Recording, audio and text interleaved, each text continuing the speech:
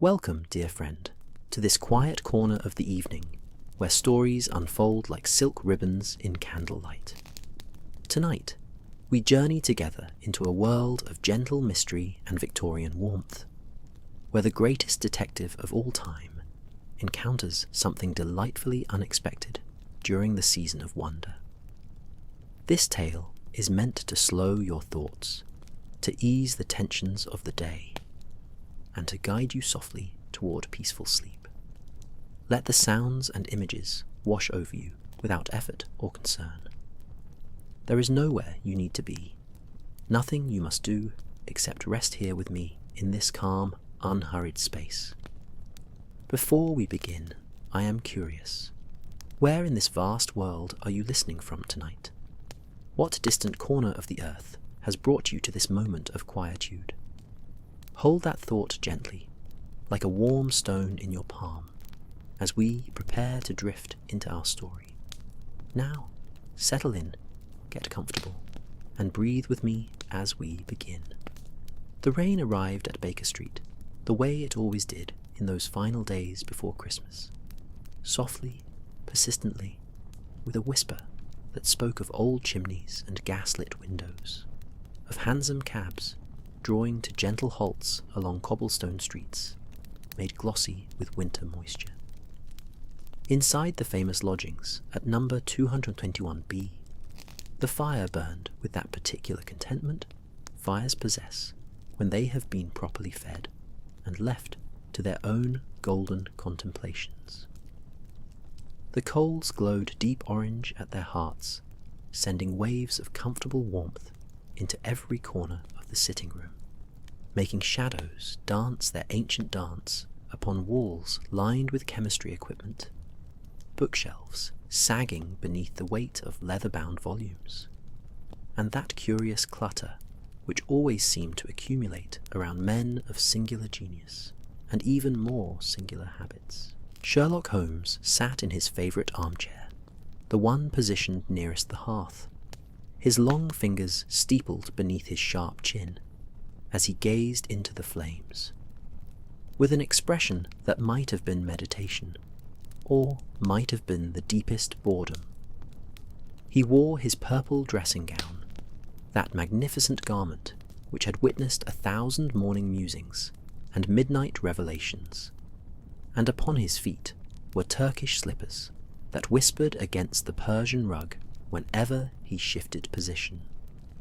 The room smelled of tobacco, the sweet, complex aroma of his favourite blend, mingled with the vanilla leather scent of old books and the faintest trace of the chemical experiments he had conducted earlier that afternoon. Dr. John Watson sat opposite him, spectacles perched upon his nose, attempting to read the evening edition of the Times, though his attention kept wandering to his friend's unusually pensive mood. Watson had known Holmes for many years now, had witnessed him in states of frenetic energy and profound melancholy, had seen him solve impossible crimes and sink into weeks of listless violin playing. But tonight seemed different somehow, a quality to the silence that felt less like absence and more like anticipation, as though the very air itself were waiting for something to arrive. The clock upon the mantelpiece ticked its steady rhythm, a metronome for the evening's quietude. Outside, London carried on with its vast, complex life. Somewhere, a street vendor called out the last of his roasted chestnuts. Somewhere, a church bell tolled the hour of 8. Somewhere, a mother sang a lullaby to a restless child. But here, in this elevated sanctuary above the city's bustle, time seemed to move differently, more slowly, as if each second were being savoured like fine brandy. "Nothing," Holmes said suddenly, his voice cutting through the silence like a bow across strings. "Absolutely nothing of interest has crossed my threshold in 17 days, Watson. 17 days of domestic disputes, misplaced jewellery, and one remarkably tedious case of a supposedly haunted greenhouse. that turned out to be nothing more than an enterprising tomcat with a penchant for nocturnal wandering. Watson lowered his newspaper with a gentle rustling sound. Surely the season of Christmas brings its own quiet pleasures, Holmes. Not every day need be marked by criminal masterminds and mysterious disappearances. Quiet pleasures, Holmes repeated, and there was something in his tone, not quite mockery, but rather a kind of wistful acknowledgement. Yes, I suppose there is something to be said for evenings such as this. The rain, the fire, the absence of urgent telegrams demanding my immediate presence at some blood-stained scene. He shifted in his chair, the leather creaking softly. And yet, Watson, I confess, my mind grows restless. It requires problems, as a garden requires rain. Before Watson could formulate a response, a sound interrupted their conversation. The distinct creak of the 17 steps that led up to their lodgings, followed by Mrs. Hudson's familiar knock, brisk but not hurried. The knock of a woman who had long ago ceased to be surprised by anything that occurred in the detective's chambers. "Come in, Mrs. Hudson," Holmes called, without turning his head. And indeed, the door opened to reveal their landlady, her face bearing an expression that somehow combined amusement, concern, and a certain stubborn practicality that Watson had come to associate with all her dealings with Holmes. "Begging your pardon, Mr. Holmes, Dr. Watson," she began, her voice carrying that particular London accent, which had been softened but not erased by years of keeping a respectable lodging-house. "But there is someone downstairs wishing to see you. A most unusual caller, I must say, and at such an hour." Holmes's eyes brightened immediately, a spark of interest igniting in those grey depths. "Unusual, you say? In what manner unusual, Mrs. Hudson?" The landlady hesitated, glancing toward the window where rain traced silver paths down the glass. "Well, sir, he is very small, quite small indeed, and dressed in a manner most peculiar for December in London. Green, primarily, with bells that jingle when he moves." She paused, then added with characteristic firmness, "And he insists the matter is one of utmost importance regarding Christmas Eve, which is but 3 days hence." Watson and Holmes exchanged glances. Holmes's filled with sudden animation, Watson's with the bemused tolerance of a man who had learned long ago that normalcy and Baker Street rarely occupied the same space. "By all means, show our diminutive visitor up," Holmes said, rising from his chair with that sudden fluid grace that always surprised those who thought him languid. "And Mrs. Hudson, perhaps you might bring tea. Something warming for a December evening. Earl Grey, I think, with perhaps some of those excellent biscuits you produced yesterday." As Mrs. Hudson departed with a knowing nod, Holmes began to pace the room, his dressing gown swirling around him like theatrical curtains. "Small Watson, dressed in green with jingling bells. What do you make of it? Before we journey further into this mystery, dear listener, I wonder, before you fall asleep, write in the comments what time it is for you and where you are from." Watson set aside his newspaper completely now, his military training asserting itself in his upright posture. Some sort of theatrical performer, perhaps, or a merchant in costume attempting to drum up holiday business. Possible, Holmes conceded, though his tone suggested he thought it unlikely. But Mrs. Hudson said he insisted upon the importance of his visit. Costumed merchants do not typically insist. They cajole, they advertise, they appeal to sentiment. Insistence suggests urgency, and urgency, my dear Watson, suggests a case. The footsteps on the stairs returned, lighter this time, accompanied by a curious jingling sound that grew louder as their visitor ascended. When the door opened, both men found themselves staring at a figure that seemed to have stepped directly from the pages of folklore into the pragmatic realm of Victorian London. He stood, perhaps 3 feet tall, this extraordinary caller, with a pointed face that suggested both mischief and worry in equal measure.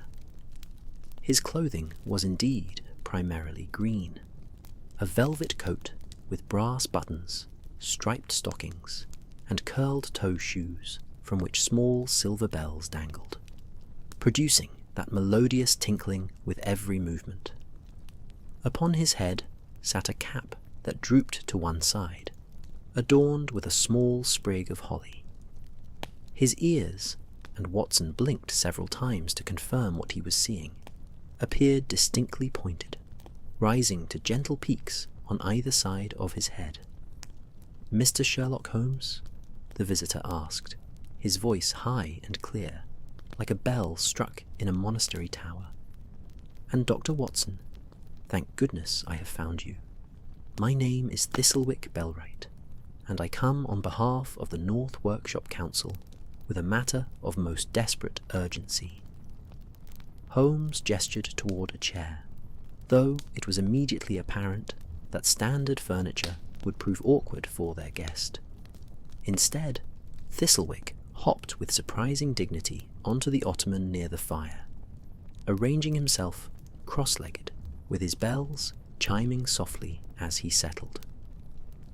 "The North Workshop Council," Holmes repeated, his fingers forming that familiar steeple beneath his chin. "How curious. I do not believe I have encountered that particular organization in any of my reference materials. Pray continue, Mr. Bellwright. Watson, take notes if you would." Watson obediently retrieved his notebook, pencil poised, while Thistlewick took a deep breath that seemed to require his entire small frame. "Mr. Holmes, we are elves," Thistlewick said simply, as though announcing he was a solicitor or banker. "Christmas elves, to be precise, from the workshop of Father Christmas himself. For centuries beyond counting, we have laboured in harmony, creating toys and maintaining the great machinery of Christmas magic that brings joy to children across the world. But now—" His voice caught, and those pointed ears seemed to droop slightly. "Now, something has gone terribly wrong, and if we cannot solve this mystery before Christmas Eve, millions of children will wake to find nothing beneath their trees." The fire crackled loudly in the silence that followed this pronouncement. Outside, the rain continued its gentle percussion against the windows. Holmes remained perfectly still, his keen gaze fixed upon their unusual visitor, with an intensity that Watson recognized as the detective's full attention, that rare and focused state in which his remarkable mind began to work through layers of information, like a master jeweler examining a precious stone from every possible angle. "Elves," Holmes said finally, his voice neutral, revealing neither skepticism nor credulity. "From the workshop of Father Christmas, and you have come to me because some disruption has occurred in your operations." "A theft, Mr. Holmes," Thistlewick said, leaning forward earnestly.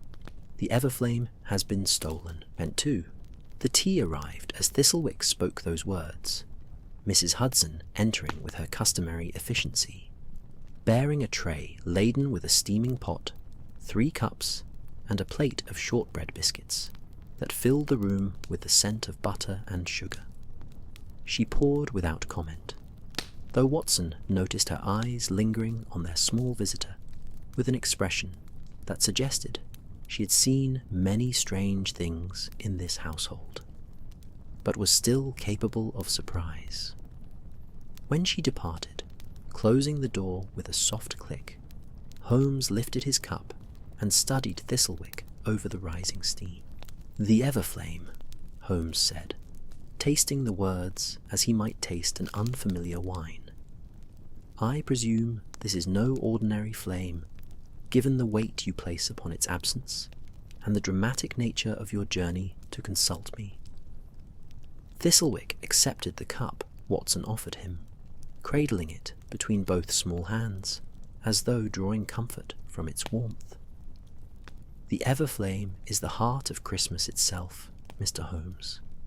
It has burned without cessation since the very first gift was given in kindness, since the first child laughed with delight on a winter morning. From this flame, we draw the magic that powers our workshop. It is what allows us to know which toys will bring the greatest joy, what dreams children harbour in their sleeping hours, what wishes whisper through chimneys on cold December nights."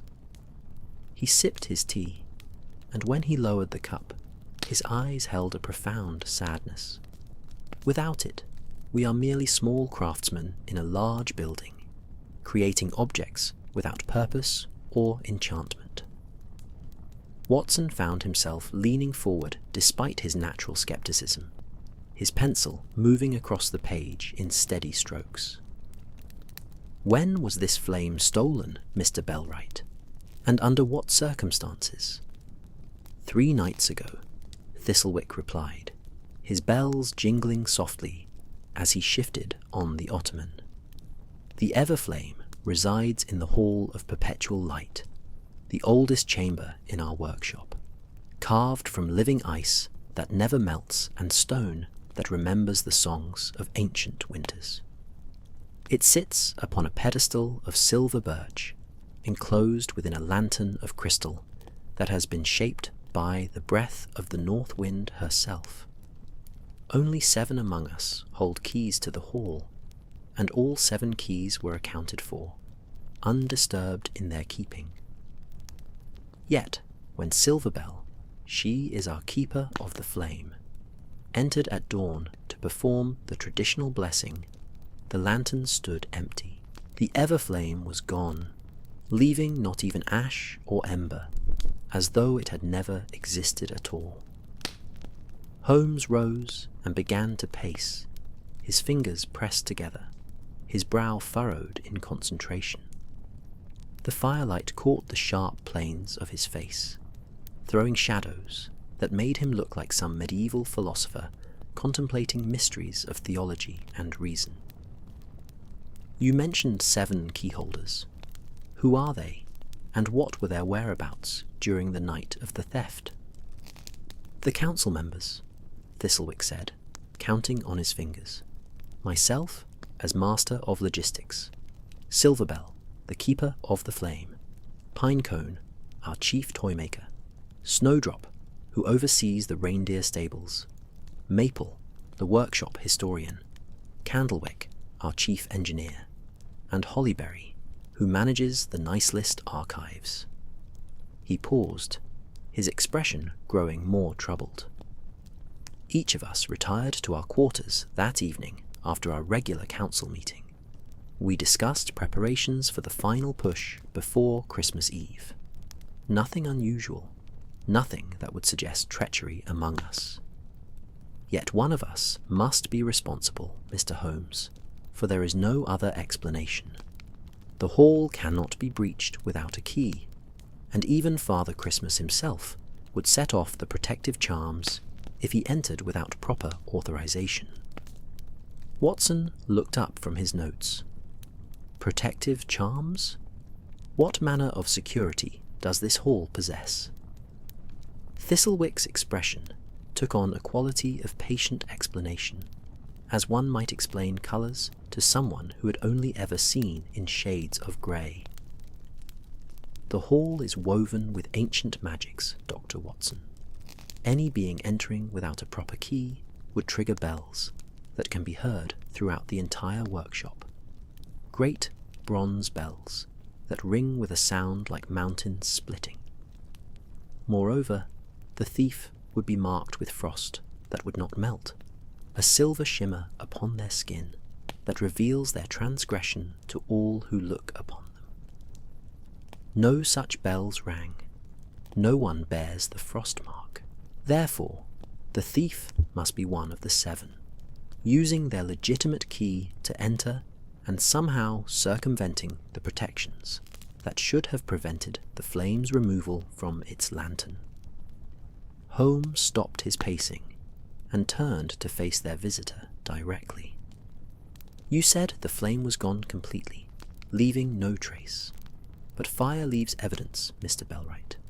Ash, char marks, residual heat, unless this is not fire in the conventional sense. It is, and it is not, Thistlewick said, his voice taking on a reverent quality. The Everflame burns without consuming, gives light without heat to the touch, yet warms the spirit of all who gaze upon it. It is simultaneously physical and not, a paradox that exists because belief makes it so. Children believe in Christmas, Mr. Holmes, and that belief becomes as real as the ground beneath your feet, as solid as the walls of this very room. A coal shifted in the fireplace, sending up a small shower of sparks that danced briefly before fading. Holmes returned to his chair, his fingers steepled once more, his grey eyes distant, as though he were seeing not the room before him, but rather some vast landscape of logic and deduction that existed only in his remarkable mind. Belief made manifest, Holmes murmured, a flame that is paradoxically present and abstract. Interesting. Tell me, Mr. Bellwright, has there been any discord among your council?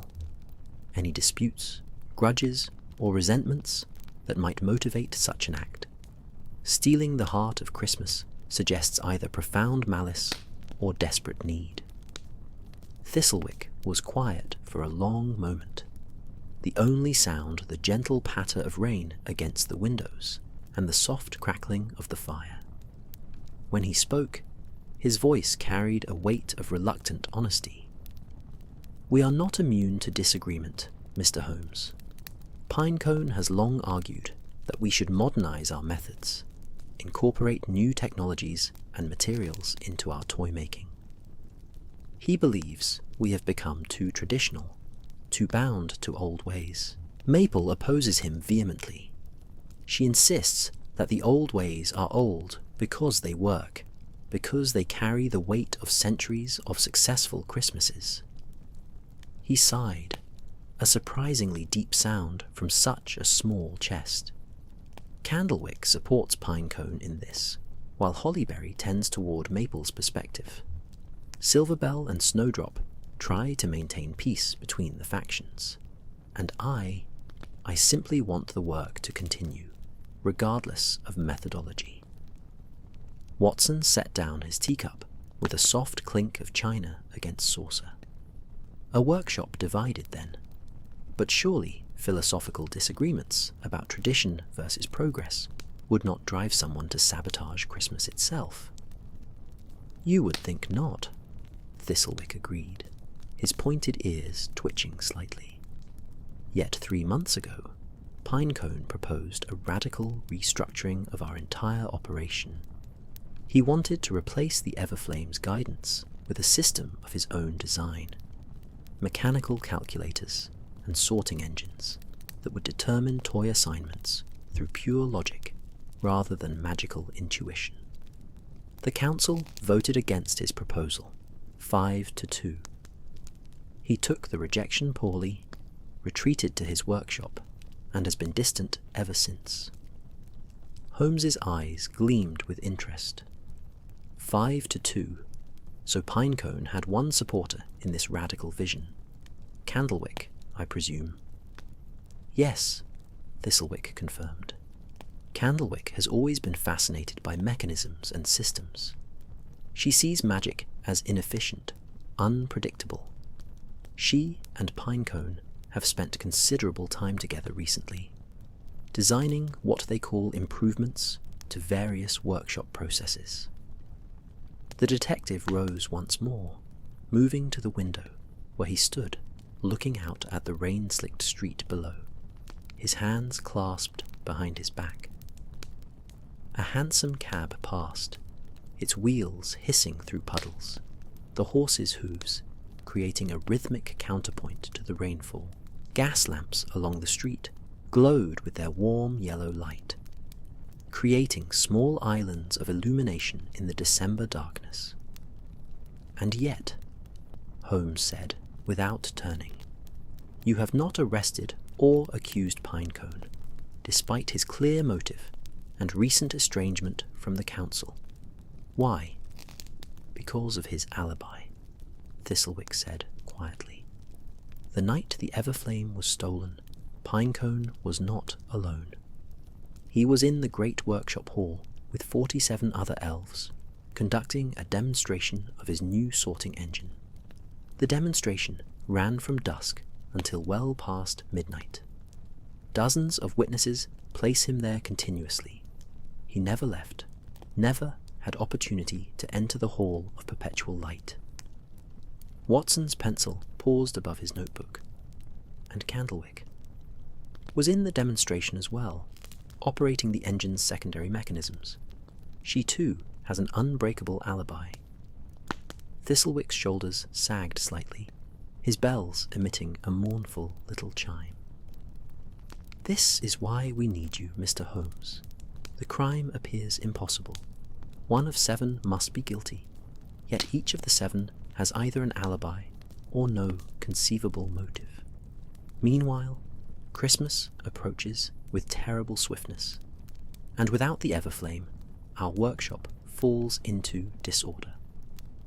Toys are being created without guidance. A wooden soldier meant for a gentle child who loves stories. A delicate music box assigned to a boisterous youth who prefers sporting equipment. The magic that knows hearts and matches gifts to need has been extinguished." Holmes turned from the window, and Watson saw on his friend's face that expression he knew so well. The look of a hunting dog catching an interesting scent, of a master craftsman presented with a puzzle worthy of his tools. "Mr. Bellwright," Holmes said, his voice crisp with decision, "I will take your case. However, I will require access to your workshop, the ability to question all 7 council members, and permission to examine the Hall of Perpetual Light with my own methods. Can this be arranged?" Thistlewick's face, which had been drawn with worry, suddenly brightened like a lamp being lit. "Yes, Mr. Holmes. Oh, most certainly, yes. Father Christmas himself authorized me to offer you whatever assistance you require. We can depart immediately, if you are willing. The workshop exists in a place somewhat removed from ordinary geography, but I have the means to transport us there with minimal difficulty." Watson closed his notebook and stood, already mentally cataloguing what he might need for a journey to this extraordinary location. "Holmes, surely we should prepare properly, pack appropriate clothing, arrange our affairs."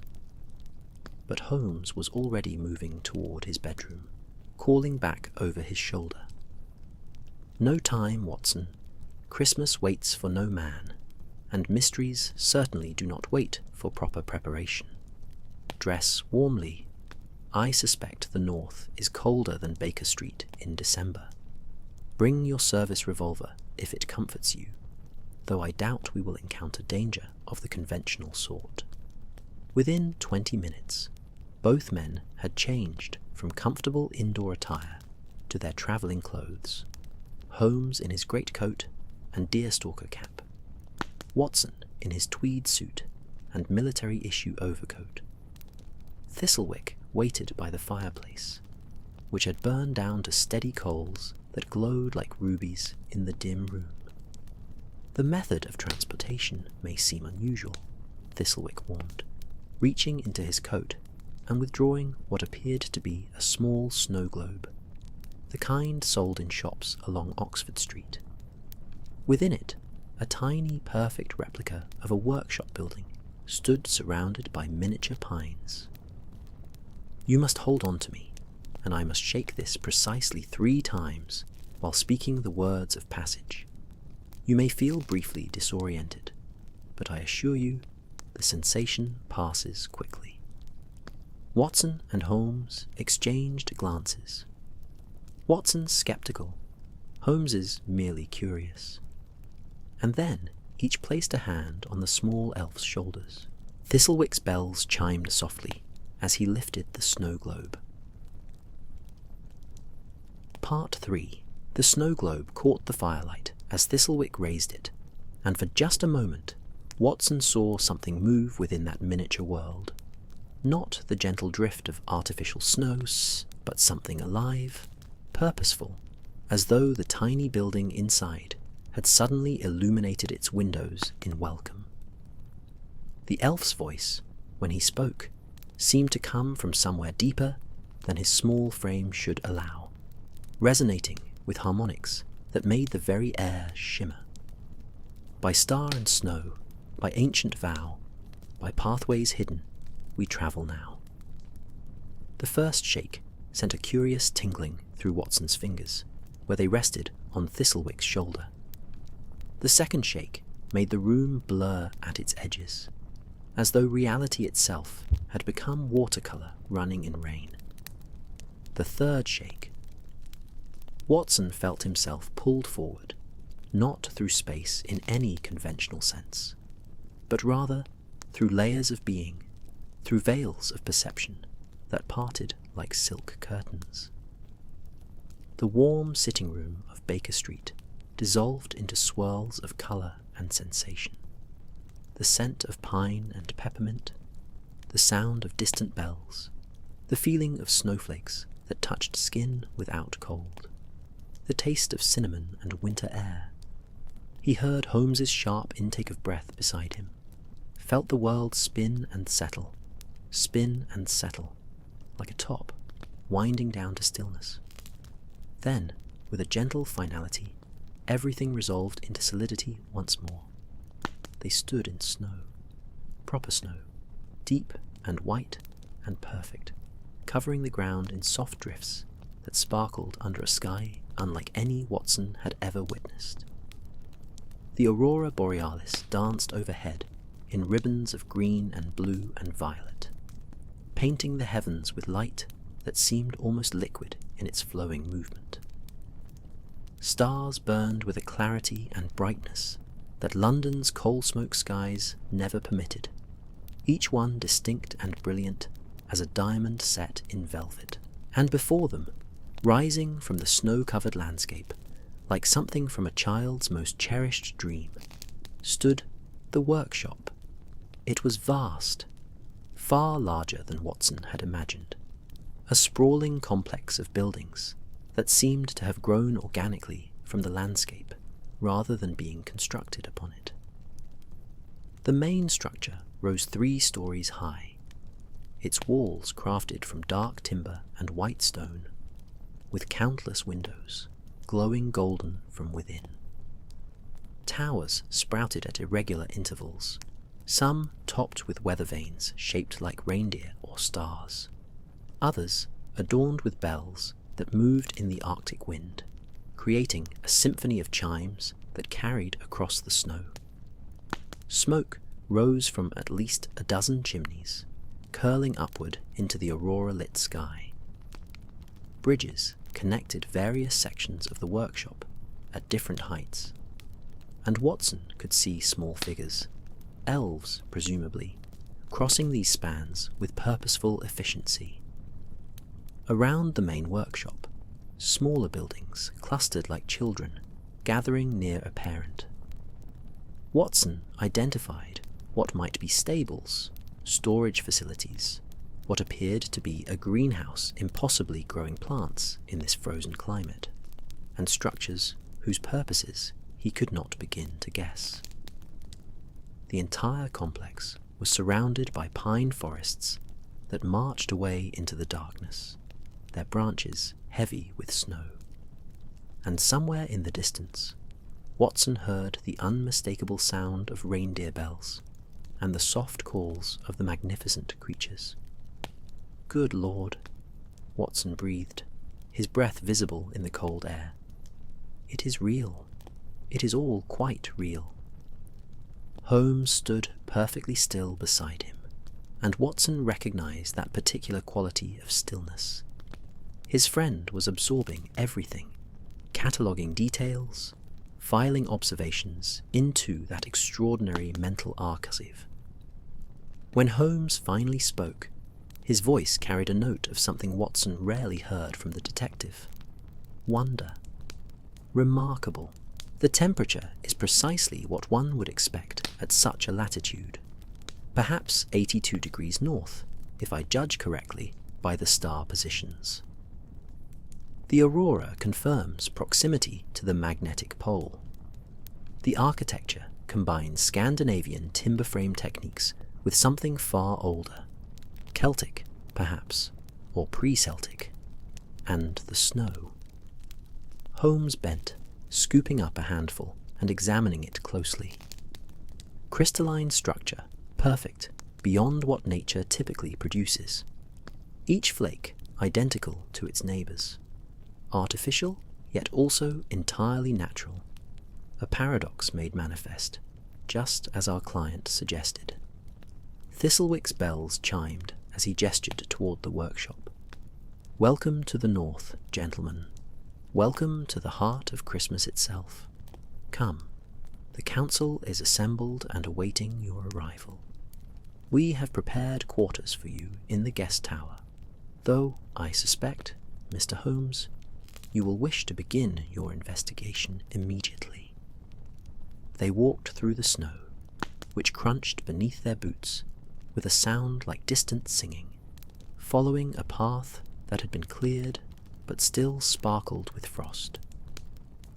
As they approached the main entrance, a great door of carved oak depicting scenes of winter celebration throughout human history, Watson noticed other elves pausing in their work to watch the newcomers.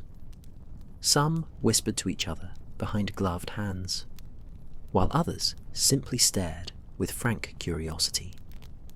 All wore variations of Thistlewick's attire, greens and reds primarily, with bells and pointed caps, though their expressions ranged from cheerful to deeply troubled.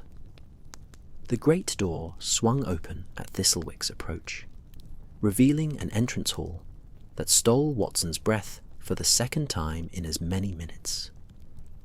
The space soared upward 3 full stories, with a grand staircase of white pine ascending in graceful curves to upper galleries. The walls were panelled in rich wood, carved with intricate patterns, snowflakes and stars, reindeer and sleighs, children's faces bright with joy. Garlands of genuine holly and ivy wound along the banisters, filling the air with their green, living scent. Hundreds of candles burned in sconces and chandeliers, their flames steady despite the draught from the opening door. And everywhere Watson looked, he saw evidence of craftsmanship elevated to art. Wooden toys being carried by earnest elves, bolts of fabric in every imaginable colour, wheels and gears and springs arranged in neat organisational systems. But beneath the beauty and industry, Watson sensed something amiss. The elves moving through the hall did so with none of the joy one might expect in such a place. Their faces were drawn, worried. Conversations were conducted in hushed, anxious tones. An elf, carrying a beautifully carved rocking horse, stumbled slightly, nearly dropping his burden, and the look of distress on his face seemed entirely disproportionate to the minor mishap, unless, Watson realized, that rocking horse was meant for some specific child, and without the Everflame's guidance, there was no way to know if it would bring joy or disappointment. "The council awaits in the chamber of deliberation," Thistlewick said, leading them past the grand staircase to a corridor that stretched deeper into the building. The walls here displayed paintings, portraits, Watson realized, of elves who must be important figures in workshop history. Each face bore that same combination of merriment and deep seriousness that Thistlewick displayed, as though they understood that joy was not frivolous, but rather a sacred responsibility. They passed workshops where Watson glimpsed marvels. A room where wooden trains were being assembled with precision that would shame any London manufactory. Another where dolls were receiving their faces from an artist whose brush moved with absolute confidence. A third where mechanical toys were being wound and tested, their movements fluid and lifelike.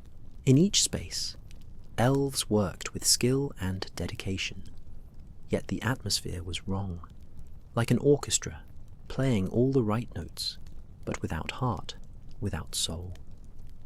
The chamber of deliberation proved to be a circular room at the heart of the workshop, its domed ceiling painted with a vast star map that seemed to shift and move as Watson looked up at it. A round table of dark oak dominated the centre, and seated around it were 6 elves, each distinct in appearance and bearing. Thistlewick made introductions with formal courtesy. Honoured colleagues, I present Mr. Sherlock Holmes and Dr. John Watson of London, who have agreed to assist us in our most desperate hour. The elf who rose first was female. Watson had not been certain of Thistlewick's gender until now, but this one was unmistakably feminine, with silver hair bound in an intricate braid, and eyes that held depths of knowledge and sorrow. Her clothing was simpler than the others, a robe of deep blue that seemed to shimmer with an inner light. "I am Silverbell, keeper of the flame," she said, her voice like wind chimes in a gentle breeze. Or rather, I was the keeper, until my charge was stolen and my purpose rendered void. Welcome, Mr. Holmes.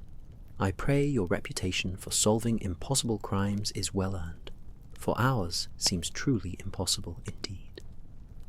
Next to rise was a stocky elf with a beard, quite unusual, Watson noted, and hands stained with wood resin and paint. His expression was guarded, almost defensive. Pinecone, chief toymaker, I suppose Thistlewick has already painted me as your primary suspect, given my recent disagreements with the council's conservative approach. Now, Pinecone, interjected a female elf, whose clothing incorporated an impressive array of gears and small mechanical devices. No one has accused anyone of anything. Not yet, at least. She nodded to Holmes and Watson. Candlewick, chief engineer. I design and maintain the machinery that keeps this workshop functioning, or kept it functioning. Without the Everflame's magic, many of my devices behave unpredictably. A gentle-faced elf with flowers woven into her cap stood next. Snowdrop. I oversee the reindeer stables and the flight preparations. The creatures grow restless without the Everflame's calming influence. Even Rudolph has been moody, and that is never a good sign. Maple, workshop historian. This elf was ancient by any measure, his face a map of wrinkles, his eyes sharp despite his evident age. He leaned on a staff carved with runes that seemed to glow faintly. I have documented 15 centuries of Christmas operations, Mr. Holmes, and never has such a catastrophe occurred. The Everflame has been stolen before, yes, but by external forces, frost demons, the trickster king, that unfortunate incident with the wayward sorcerer in 1347, never by one of our own council. The last elf to introduce herself was plump and cheerful looking, despite the circumstances, with rosy cheeks and a dress decorated with holly berries. Hollyberry, manager of the Nice List archives, though I confess the lists have become rather confused without the Everflame's guidance. Children, who should certainly be receiving gifts, are appearing in the wrong categories, and the whole system threatens to collapse into chaos. Holmes had remained silent throughout these introductions, his keen gaze moving from face to face, observing not just their words, but their postures, the tensions between them, the small betrayals of body language that revealed relationships and resentments. Now he moved to the table, his fingers trailing along its polished surface. "Ladies and gentlemen of the council," he began, his voice carrying that authoritative clarity that Watson had heard him use with everyone from street urchins to members of Parliament. "I have accepted this case not because I necessarily believe in the literal magic you describe. My methods are rooted in observation and deduction, in the material evidence that tells stories to those who know how to read them. However, I do believe in the reality of your situation and the urgency of your need. Something has been taken that you value, and its absence threatens the work you consider sacred. Whether that something is a magical flame or an elaborate mechanism matters less than the fact that it existed, served a purpose, and is now gone." He paused, his eyes sweeping across the assembled elves. "I understand that one of you 7 must be responsible for this theft. The physical evidence, the secure hall, the unbreached keys, the absence of alarm, points inexorably to this conclusion. Yet each of you, I am told, has either clear motive but unbreakable alibi, or lacks motive entirely. This suggests one of 3 possibilities. First, that the alibis are not as unbreakable as believed. Second, that the motives are more complex than apparent. Or third, that our fundamental understanding of the crime itself is flawed." Pinecone's face had darkened during this speech. "So you admit we are all suspects. How delightful. Perhaps you would like to search us now. Examine our quarters for hidden flames." "Actually," Holmes said mildly, "I would like to examine the Hall of Perpetual Light itself. Until I have seen the scene of the crime, I am merely speculating. Speculation is the antithesis of proper investigation." Part 4. Silverbell rose from her seat with a grace that seemed to make the very air around her shimmer, her blue robes flowing like water as she moved toward a doorway at the far end of the chamber of deliberation. The other council members remained seated, their expressions ranging from hopeful to skeptical, as Holmes and Watson followed the Keeper of the Flame into a corridor that descended gradually into the depths of the workshop complex. The walls here were different from those above, not timber and stone, but something that appeared to be carved from living ice, translucent and faintly luminous, with veins of silver running through it like frozen lightning. Watson reached out to touch the wall and found it neither cold nor warm, but something in between, and the texture was impossibly smooth, as though polished by centuries of patient hands, or perhaps by wind that had never ceased its work. The corridor curved in a gentle spiral, always descending, and the quality of sound changed as they went deeper. The distant noises of the workshop above, fading until there was only the whisper of their footsteps and the soft chiming of Silverbell's bells, which seemed muted here, respectful of some ancient silence. The Hall of Perpetual Light was the first structure built when the workshop came into being, Silverbell said, her voice hushed as though speaking in a cathedral. Before there were toys, before there were lists, before Christmas itself took the form you know now, there was the Everflame, It was kindled by the first act of pure generosity, the first gift given without expectation of return, and it has burned ever since, growing stronger as human kindness found expression in winter celebration. The hall was built around it, not to contain it, but to honour it, to give it a home worthy of its purpose. They descended past 3 landings, each marked with symbols that Watson did not recognise, but which seemed to pulse with meaning. A star, a tree, a child's handprint pressed into the ice wall and preserved there. The air grew thicker somehow, not harder to breathe, but denser with significance, as though every molecule carried weight beyond its physical properties.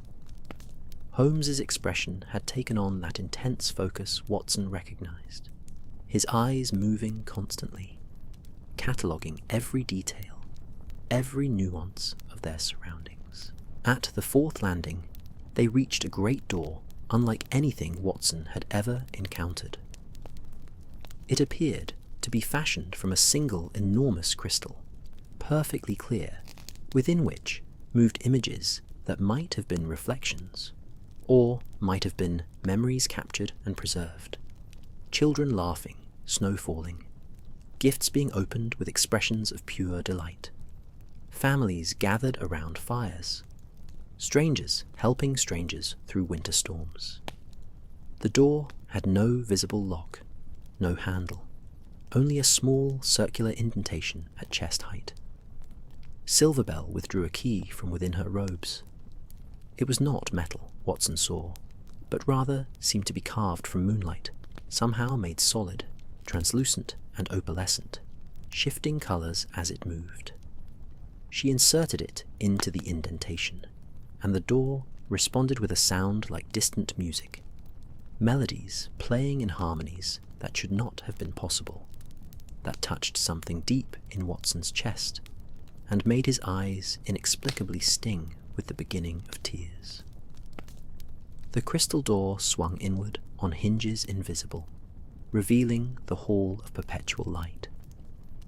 The chamber was smaller than Watson had anticipated, perhaps 30 feet in diameter, with a domed ceiling that rose to a point some 40 feet above the floor.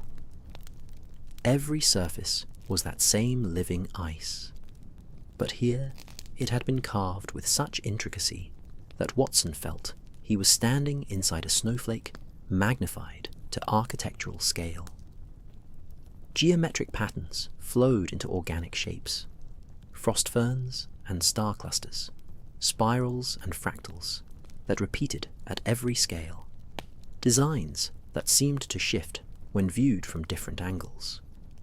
7 alcoves were set into the walls at regular intervals, each containing what appeared to be records or archives, scrolls and books bound in materials that might have been leather or might have been something else entirely. But the centre of the room commanded all attention.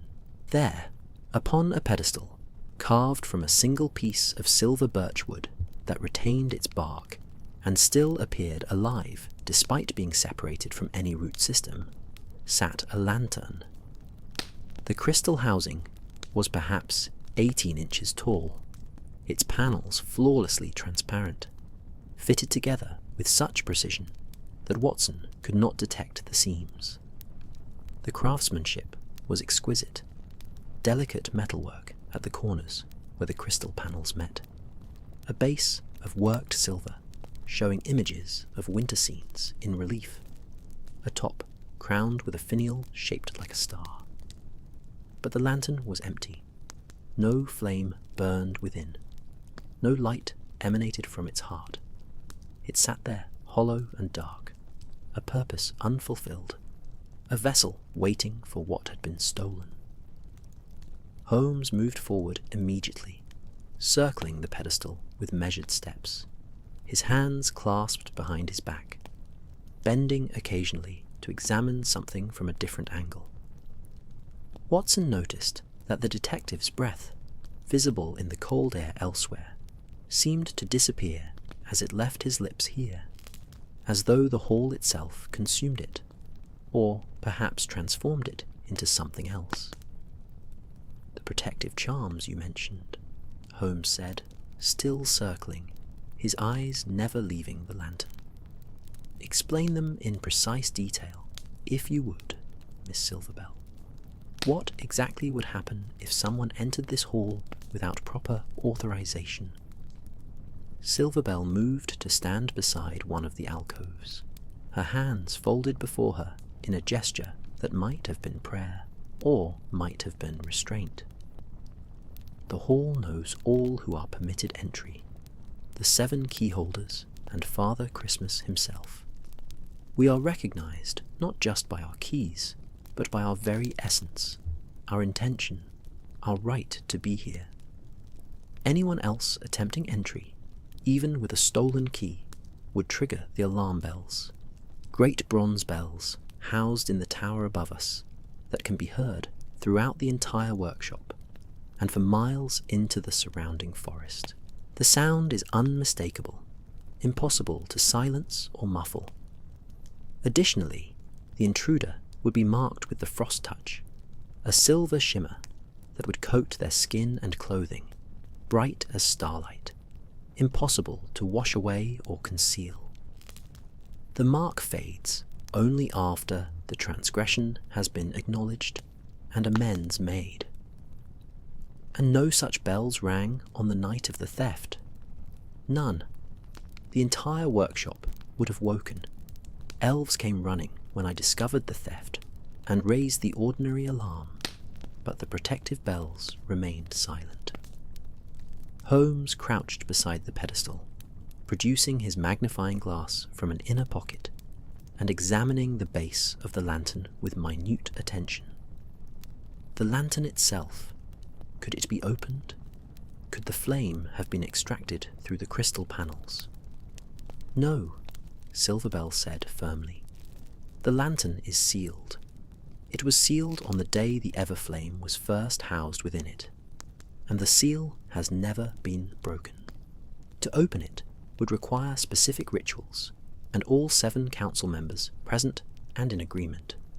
The crystal would crack audibly if tampered with, a sound like thunder that would echo through these ice halls. No such sound occurred." Watson had been examining the alcoves, noting that 6 of them contained similar collections of materials, books, scrolls, small artifacts, while the 7th appeared empty save for a single item, a mirror, oval-shaped, with a frame of what looked like frosted silver. He found himself drawn to it, stepping closer, and as he looked into its reflective surface, he saw not his own face, but rather a swirling mist shot through with points of light, as though he were looking at a small universe contained within the glass. "What is this?" Watson asked, gesturing to the mirror. Silverbell glanced over, and something flickered across her face, an expression Watson could not quite read. "The Mirror of Intent. It is one of the oldest artifacts in the workshop, a tool that reveals the true motivations behind actions. We use it occasionally when disputes arise, when someone's purpose must be understood clearly. It shows not what a person says they want, but what they truly desire in the deepest chambers of their heart." Holmes straightened from his examination of the lantern, his attention immediately shifting to this new information. Fascinating. And has this mirror been used recently? To resolve any of the disagreements among the council, perhaps? There was a pause, heavy with unspoken tension. Finally, Silverbell spoke, her voice careful. 3 months ago, after Pinecone's proposal was rejected, Maple suggested we use the mirror to confirm that his intentions were truly for the workshop's benefit, and not motivated by personal ambition or desire for control. Pinecone refused to look into it. He said his intentions were his own business, that being forced to reveal his innermost thoughts was a violation of his dignity and autonomy, and the council accepted this refusal. By a vote of 4 to 3, I voted to respect his privacy. Candlewick and Snowdrop voted with me. Maple, Hollyberry, and Thistlewick voted to require the mirror's use. The deciding vote was Father Christmas himself, who said that trust must be freely given, not extracted through magical means. Holmes moved to stand before the mirror of intent, studying it with the same intensity he had given the empty lantern. Could this mirror be used to identify the thief? To reveal who among the 7 took the Everflame? Theoretically, yes, Silverbell admitted, but it requires voluntary participation. The mirror cannot be forced upon someone. They must choose to look into it, to open themselves to its revelation. And even then, the mirror shows truth in symbols and images, not in simple declarations of guilt or innocence. Interpreting what it reveals requires wisdom and care. Have you looked into it yourself since the theft? I have. Silverbell's voice was quiet. I needed to know if I had somehow, unknowingly, through negligence or oversight, allowed this to happen. The mirror showed me flames reflected in my tears, and a door standing open that should have been closed. I do not fully understand what it meant. Watson watched his friend's face, seeing the calculations moving behind those grey eyes, the careful construction of theories, and their immediate testing against known facts. The hall was utterly silent now, except for an almost subliminal humming, not sound exactly, but rather a vibration that Watson felt in his bones, as though the ice walls themselves were singing at frequencies just below human hearing. "The pedestal," Holmes said suddenly. "Miss Silverbell, is there anything unusual about its placement or construction? Any mechanisms, hidden compartments, anything that might explain how the flame could be removed without opening the lantern?" Silverbell shook her head slowly. "The pedestal is solid silver birch, enchanted to never decay. It has been examined countless times over the centuries. There are no mechanisms, no hidden spaces. It is simply a platform to elevate the lantern, to place the Everflame at the proper height for viewing and meditation." Holmes knelt beside the pedestal, running his fingers along its surface, then lying flat on the ice floor to peer underneath it. Watson joined him, taking out his pocket torch, a gift from Holmes the previous Christmas, and shining its beam into the space beneath. There, carved into the underside of the pedestal, where it would never normally be seen, was a symbol, a snowflake inside a circle, with 7 points radiating outward, each point terminating in a small star.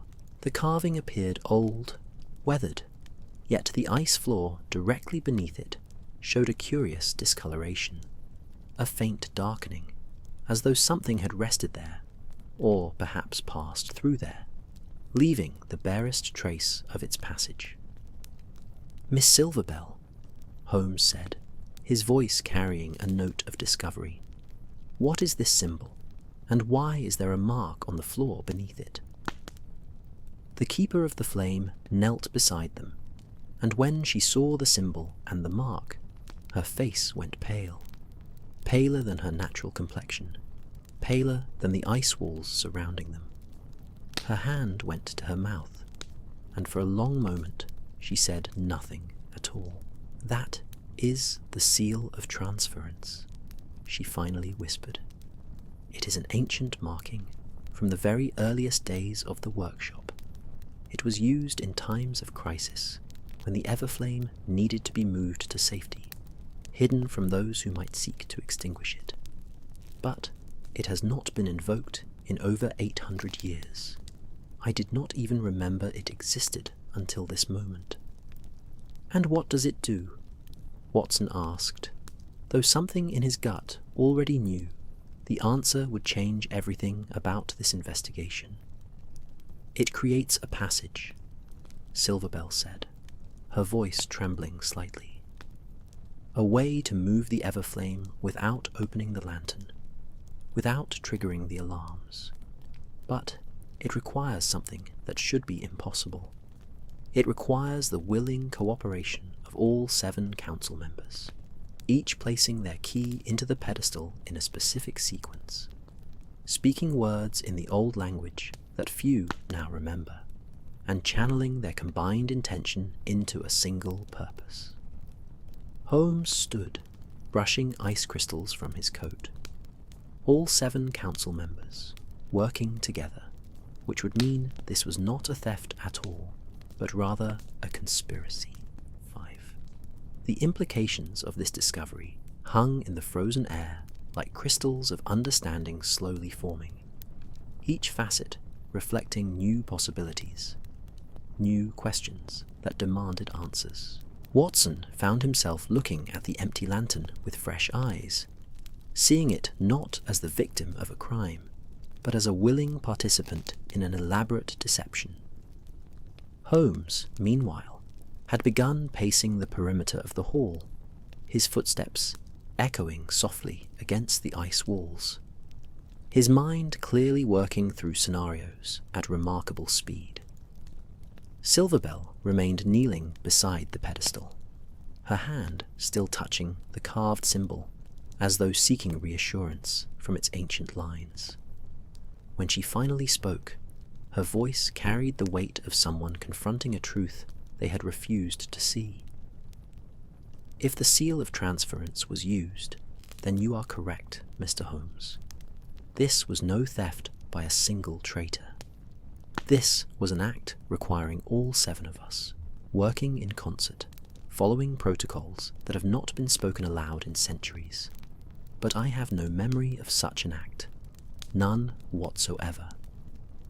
"Memory can be a curious thing," Holmes observed, pausing to examine one of the ice walls, where the silver veins seemed to pulse faintly with inner light. "It can be suppressed, edited, even replaced entirely given sufficient motivation and means. Tell me, is there magic in your workshop capable of affecting memory, of causing 7 individuals to forget a coordinated action they themselves performed?" Silverbell rose slowly, her expression troubled. "The archives of forgetting exist, yes. They are kept in the restricted collections, 3 levels below even this hall. Ancient texts that describe rituals of unburdening, ways to release memories too painful to carry, traumas that would otherwise destroy those who experienced them, but they are sealed, locked away, forbidden for use without Father Christmas's direct authorization. Even I, as keeper of the flame, do not have access to them." "And Father Christmas himself," Watson interjected. "Where is he during all of this? Surely the theft of the Everflame would demand his immediate attention." A shadow crossed Silverbell's face, and Watson noticed how her fingers twisted together, a gesture of distress barely contained. "Father Christmas departed on his annual journey of preparation 2 weeks ago. He travels to the far corners of the earth, visiting places of great sorrow and great joy, renewing his understanding of humanity's condition so that he might better serve the spirit of giving. He is not expected to return until Christmas Eve itself. We sent word of the theft through the emergency channels, enchanted birds that fly faster than wind, messages written on snowflakes that will find him wherever he travels. But we have received no response. This is not unusual during the journey. He often enters meditative states where external communication cannot reach him, or visits places where even magic functions differently." Holmes had moved to stand before the mirror of intent again, studying his own reflection, or rather the swirling images that appeared in place of his reflection. Watson joined him and saw within the mirror's surface not his friend's sharp features, but rather a complex tapestry of light and shadow. Books opening and closing, chemical compounds arranging themselves into patterns, violin strings vibrating with music that had no sound, a magnifying glass examining details that shifted from clear to obscure and back again. It was, Watson realized, Holmes's mind made visible, his endless pursuit of truth and understanding rendered in symbolic form. This mirror, Holmes said thoughtfully, shows true intention, the deepest desires of the heart. Yet, it requires voluntary participation, an interesting limitation. Tell me, Miss Silverbell, what would prevent someone from simply forcing another person to look into it? Physically turning their head, holding their eyes open. The mirror would show nothing, Silverbell explained. Or rather, it would show only chaos, meaningless swirls of colour and form. The revelation requires the viewer's conscious choice to see, their willingness to be seen. Without that element of consent, the magic cannot function. It is a fundamental principle of our oldest enchantments. They work with the willing, not upon the unwilling. A principle that has certain elegant moral implications, Holmes mused, though it does complicate matters of investigation. Watson, your thoughts on what we have learned thus far? Watson considered carefully before responding, aware that his friend often used such moments to clarify his own thinking by hearing another's perspective. If the seal of transference requires all 7 council members acting in concert, and if none of them remember performing such an action, then either they are lying collectively, which seems unlikely given the genuine distress we have witnessed, or something has interfered with their memories. The archives of forgetting would seem the most likely source of such interference. Yet Silverbell claims they are securely locked away. Quite so, Holmes agreed, which suggests either that someone accessed them without authorization, or that our understanding of what is and is not possible here remains incomplete. We are dealing with magic, after all, and magic, by its very nature, defies the conventional rules of evidence and causation that typically guide my investigations. He turned to face Silverbell directly, his grey eyes sharp with intensity. I need to speak with each council member individually, not in the formal setting of your chamber of deliberation, but in their own spaces, their workshops and quarters, where they are most themselves. People reveal different truths in different contexts, and I suspect the key to this mystery lies not in what was done, but in why it was done. Motivation that goes deeper than simple disagreement over tradition versus progress. Silverbell nodded slowly. I can arrange this, though I warn you, Mr. Holmes, several of my colleagues are not comfortable with outsiders probing into our affairs. Maple, especially, is protective of our history and secrets. He may resist your questions. Resistance is often more revealing than cooperation, Holmes said with a slight smile. The truth hides in the spaces people refuse to illuminate. Now, before we return to the upper workshop, I would like to examine this hall once more from a different perspective. Watson, would you stand at the entrance while I position myself at various points around the room? I wish to test a theory about sight lines and what might be visible from where. For the next quarter hour, Holmes moved methodically around the hall of perpetual light, positioning himself at each of the 7 alcoves in turn, while Watson observed from the doorway.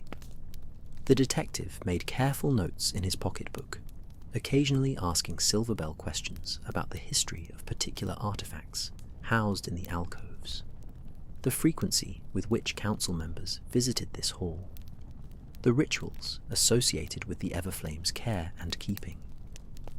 His questions seemed random, disconnected, but Watson knew better. Holmes was building a comprehensive understanding of this space, mapping not just its physical dimensions, but its emotional and cultural geography as well. Finally satisfied, Holmes returned to the centre of the hall and stood for a long moment before the empty lantern, his expression distant, contemplative. The absence of something can be as revealing as its presence, he said quietly, almost to himself. An empty space tells us what once filled it, defines itself by what it is not. This lantern was built to house the Everflame, shaped specifically for that purpose, which means the Everflame itself must have a form, however paradoxical its nature. Fire that does not consume, light that does not heat, yet it exists physically enough to require containment. What, I wonder, becomes of such a flame when removed from its housing? Where would one keep it? How would one hide it? The Everflame cannot be hidden in any conventional sense, Silverbell said. Its light would shine through any container. Its presence would be felt by any elf who came near it. Trying to hide it would be like trying to hide the sun. Its very nature resists concealment. Unless, Holmes said, turning to face her, it was not hidden but transformed, changed into something that no longer resembles what it was, yet retains its essential properties in altered form. Is such transformation possible within your magical framework?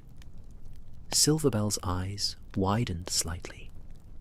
Transformation magic exists, yes, but to transform something as fundamental as the Everflame would require power beyond what any single elf possesses, perhaps beyond what all 7 council members together could muster. It would require... She trailed off, and Watson saw understanding dawn across her features, like sunrise breaking over a winter landscape. It would require Father Christmas himself, Holmes finished for her, or, at the very least, his explicit permission and guidance. Which brings us back to a central question. Where is Father Christmas, and why has he not responded to your emergency messages? Is it possible that he is not merely unreachable, but rather is deliberately not responding because he already knows about the theft, because perhaps he sanctioned it? The suggestion hung in the air like heresy spoken in a temple. Silverbell's face showed shock, resistance, and then, reluctantly, the dawning possibility that Holmes might be right. But why? Why would Father Christmas authorize the removal of the very heart of our operation? Without the Everflame, Christmas itself fails. Millions of children receive inappropriate gifts, or no gifts at all. The work of centuries crumbles. What purpose could possibly justify such devastation? That, Holmes said, is precisely what we must discover. But first, we need more information. Come, let us return to the upper levels. I wish to begin my interviews with the council members, starting with those who have the most to gain or lose from the Everflame's absence. They made their way back through the spiraling corridor, ascending past the 3 landings with their symbolic markers, emerging finally into the warmer regions of the workshop, where the sounds of industry and anxiety blended into a constant low murmur of activity and worry. The shift in atmosphere was palpable, from the profound silence of the Hall of Perpetual Light to this world of bells and footsteps, hammering and sawing, voices raised in question and concern. Thistlewick met them in the entrance hall, his expression hopeful. Have you discovered anything, Mr. Holmes? Any clue that might lead us toward resolution?" "Several clues," Holmes replied, though his tone remained carefully neutral. "Though I am not yet prepared to draw conclusions. I understand your anxiety, Mr. Belwright, but proper investigation cannot be rushed. However, I would now like to speak with Pinecone in his workshop, if possible, alone or with only Dr. Watson present." Thistlewick's bells chimed softly as he nodded. "Of course, though I must warn you, Pinecone has been even more withdrawn since the theft than he was before. He barely speaks to anyone, spends all his time in his workshop, tinkering with his inventions. Some of us worry that he is taking the suspicion directed at him very hard, though he would never admit to such vulnerability." "Lead the way," Holmes said simply. They traversed a series of corridors and bridges, passing through sections of the workshop Watson had not yet seen. Vast rooms where toys in various stages of completion covered every surface. Storage halls where wrapped gifts awaited their designated recipients. A library whose shelves stretched up 3 stories, and whose books appeared to rearrange themselves even as Watson watched. Everywhere, elves worked with dedication but without joy, and Watson found himself profoundly moved by their distress, by the loss of purpose that came from labouring without the magical guidance they had always relied upon. Finally, they reached a door marked with a brass plaque that read, "Chief Toymaker, Pinecone." From within came the sounds of machinery, grinding, clicking, the hiss of steam, the rhythmic tapping of hammer on metal. Thistlewick knocked twice, waited, then opened the door without waiting for a response. The workshop beyond was a marvel of organised chaos. Part 6. Every available surface in Pinecone's workshop bore evidence of a mind consumed by creation and innovation. Workbenches lined 3 walls, each dedicated to different aspects of toy construction. One for woodworking with saws and planes, arranged in perfect gradation by size. Another for metalwork with delicate tools for soldering and shaping. A third for assembly, where partially completed toys stood in various states of becoming. But what dominated the space, what immediately drew the eye and held it, was the massive apparatus occupying the centre of the room. It stood perhaps 12 feet tall, a construction of brass gears and copper pipes, crystalline chambers and pneumatic pistons, all working in elaborate synchronization. Steam rose from vents at regular intervals, creating small clouds that dissipated against the ceiling. Conveyor belts moved in intricate patterns, carrying wooden blocks through various stations where mechanical arms, delicate despite their metal construction, carved, sanded, painted, and assembled with precision that seemed almost alive. The whole contraption hummed with purpose, ticking and whirring like an enormous clock, dedicated not to measuring time, but to creating joy. Pinecone stood at a control panel, his stocky form bent over a series of levers and dials, his bearded face intense with concentration. He wore a leather apron stained with oil and wood resin, and magnifying lenses were strapped to his forehead, currently flipped up, but ready to be deployed for close inspection work. He did not look up as they entered, though Watson was certain he had heard the door open. "Thistlewick," Pinecone said, without turning, his voice gruff. "I told you I would attend the evening council meeting if absolutely necessary, but I am in the middle of calibrating the sorting mechanism and cannot be disturbed at present. Whatever you need to discuss can wait 3 hours." "Mr. Pinecone," Holmes said, his voice cutting clearly through the mechanical sounds, "I am not Thistlewick, and I am afraid I cannot wait 3 hours. My name is Sherlock Holmes, and I have been engaged to investigate the theft of the Everflame. I require your cooperation." The machinery continued its rhythmic work, but Pinecone's hands stilled on the controls. For a long moment, he remained frozen in position. Then slowly, deliberately, he reached up and pulled down his magnifying lenses, adjusted several dials, and brought his contraption to a gradual halt. The silence that followed felt profound after the constant noise, broken only by the occasional hiss of escaping steam and the settling clicks of cooling metal. When Pinecone finally turned to face them, his expression was a carefully controlled mask that Watson, with his medical training in reading faces, recognized as defensive armor. "So they have brought in the famous detective from London. I suppose I should be flattered that my innocence requires such elaborate investigation." His tone carried an edge of bitterness that he made no effort to conceal. "Your innocence or guilt is precisely what I intend to determine," Holmes replied evenly. "Though I should clarify, I do not begin from an assumption of your culpability. I begin from evidence and observation, allowing facts to guide me toward truth, rather than the reverse. Now, may we speak candidly?" Pinecone gestured toward a corner of the workshop, where several stools surrounded a small table, covered with technical drawings and blueprints. "Speak as candidly as you wish, Mr. Holmes. I have nothing to hide, though apparently my colleagues believe otherwise. Tea?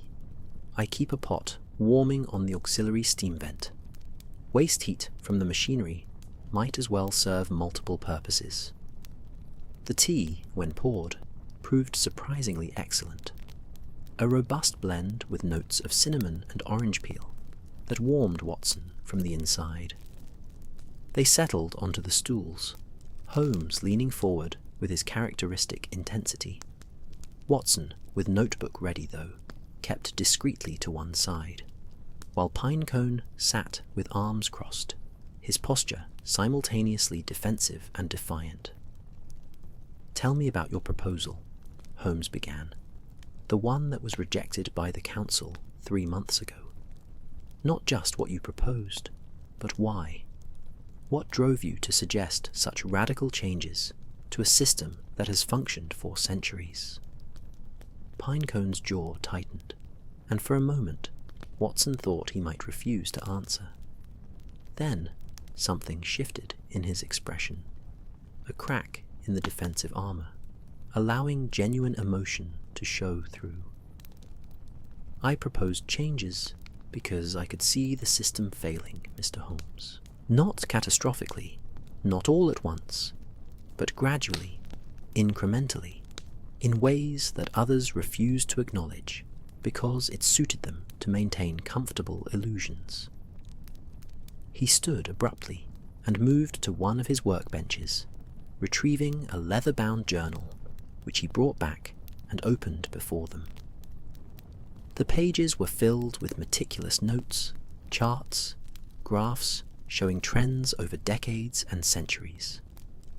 Watson leaned closer and saw what Pinecone was revealing, a slow but steady decline in what appeared to be measurements of magical efficiency, accuracy of gift matching, overall satisfaction ratings, compiled from some method Watson could not immediately discern.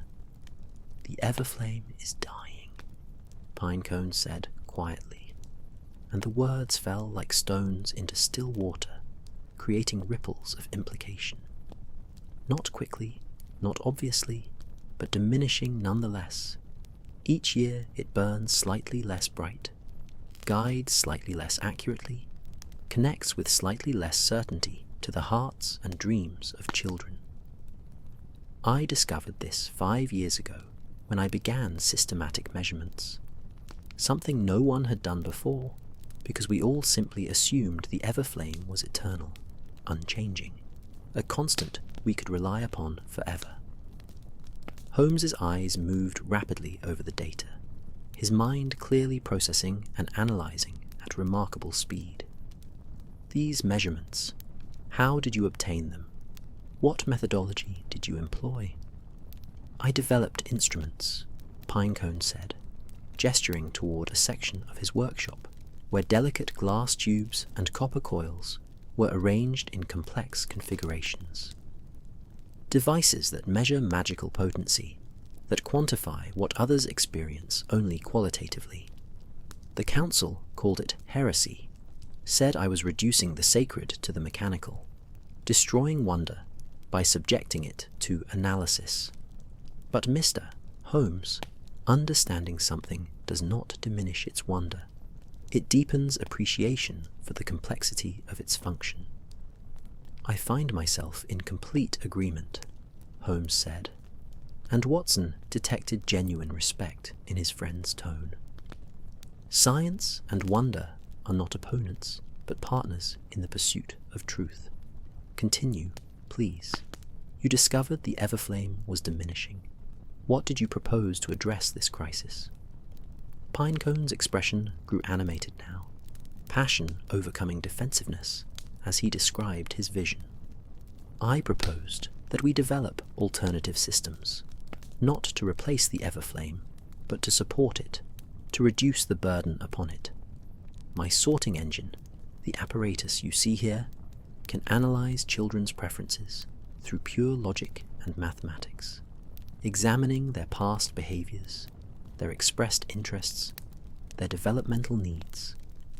Combined with the Everflame's intuitive guidance, we could create a hybrid system more resilient than either approach alone. And if the Everflame eventually failed entirely, we would have infrastructure to continue our mission rather than face complete collapse. But the council rejected this proposal. They called it faithless, Pinecone said, and now bitterness returned to his voice. Maple said I was preparing for failure rather than trusting in the eternal nature of Christmas magic. Hollyberry agreed, said that my focus on mechanical solutions revealed a fundamental misunderstanding of what makes Christmas meaningful. Even Silverbell, who I thought might understand, voted against me.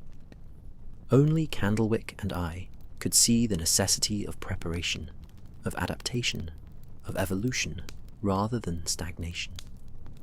Holmes rose and began examining the sorting engine, running his hands along its brass components, peering into the crystalline chambers where Watson could see small cards being processed and categorized. This is remarkable work, Mr. Pinecone. Truly extraordinary craftsmanship and innovative design. But tell me, if you knew the Everflame was failing, if you predicted its eventual extinction, would you have any reason to accelerate that process? To remove it yourself, forcing the council to accept your alternative systems as the only remaining option? The question hung in the air like an accusation, but Holmes's tone remained neutral, merely curious rather than condemning. Pinecone met the detective's gaze directly, unflinching. I would not, he said firmly, because my measurements, while showing decline, also showed that the Everflame has decades remaining at minimum, perhaps a century or more if we can identify and address the source of its diminishment. Stealing it now would condemn this Christmas and many Christmases to come, hurting millions of children while my systems are still in development, still being refined and tested. I am an engineer, Mr. Holmes, not a monster. I would never sabotage Christmas itself to prove a theoretical point. And yet, you have an alibi for the night of the theft, Holmes observed. You were conducting a public demonstration of this very engine, witnessed by dozens of your fellow elves. An alibi almost too convenient, too perfect. Convenient, perhaps, Pinecone acknowledged, but entirely factual. I had scheduled that demonstration weeks in advance, long before anyone knew the Everflame would be stolen. And I assure you, 47 witnesses did not all conspire to provide me false testimony. Watson spoke up, his voice gentle but probing. "Mr. Pinecone, what is your relationship with Candlewick? She supported your proposal, shares your perspective on innovation. How closely do you work together?" Something flickered across Pinecone's face, an emotion Watson could not quite identify, but which suggested complexity beyond simple professional collaboration. Candlewick is. She understands what others refuse to see. We work together frequently, yes. She helps me refine the mechanical aspects of my designs, while I help her understand the artistic elements that transform function into joy. We are partners in innovation, in the pursuit of better methods, better outcomes.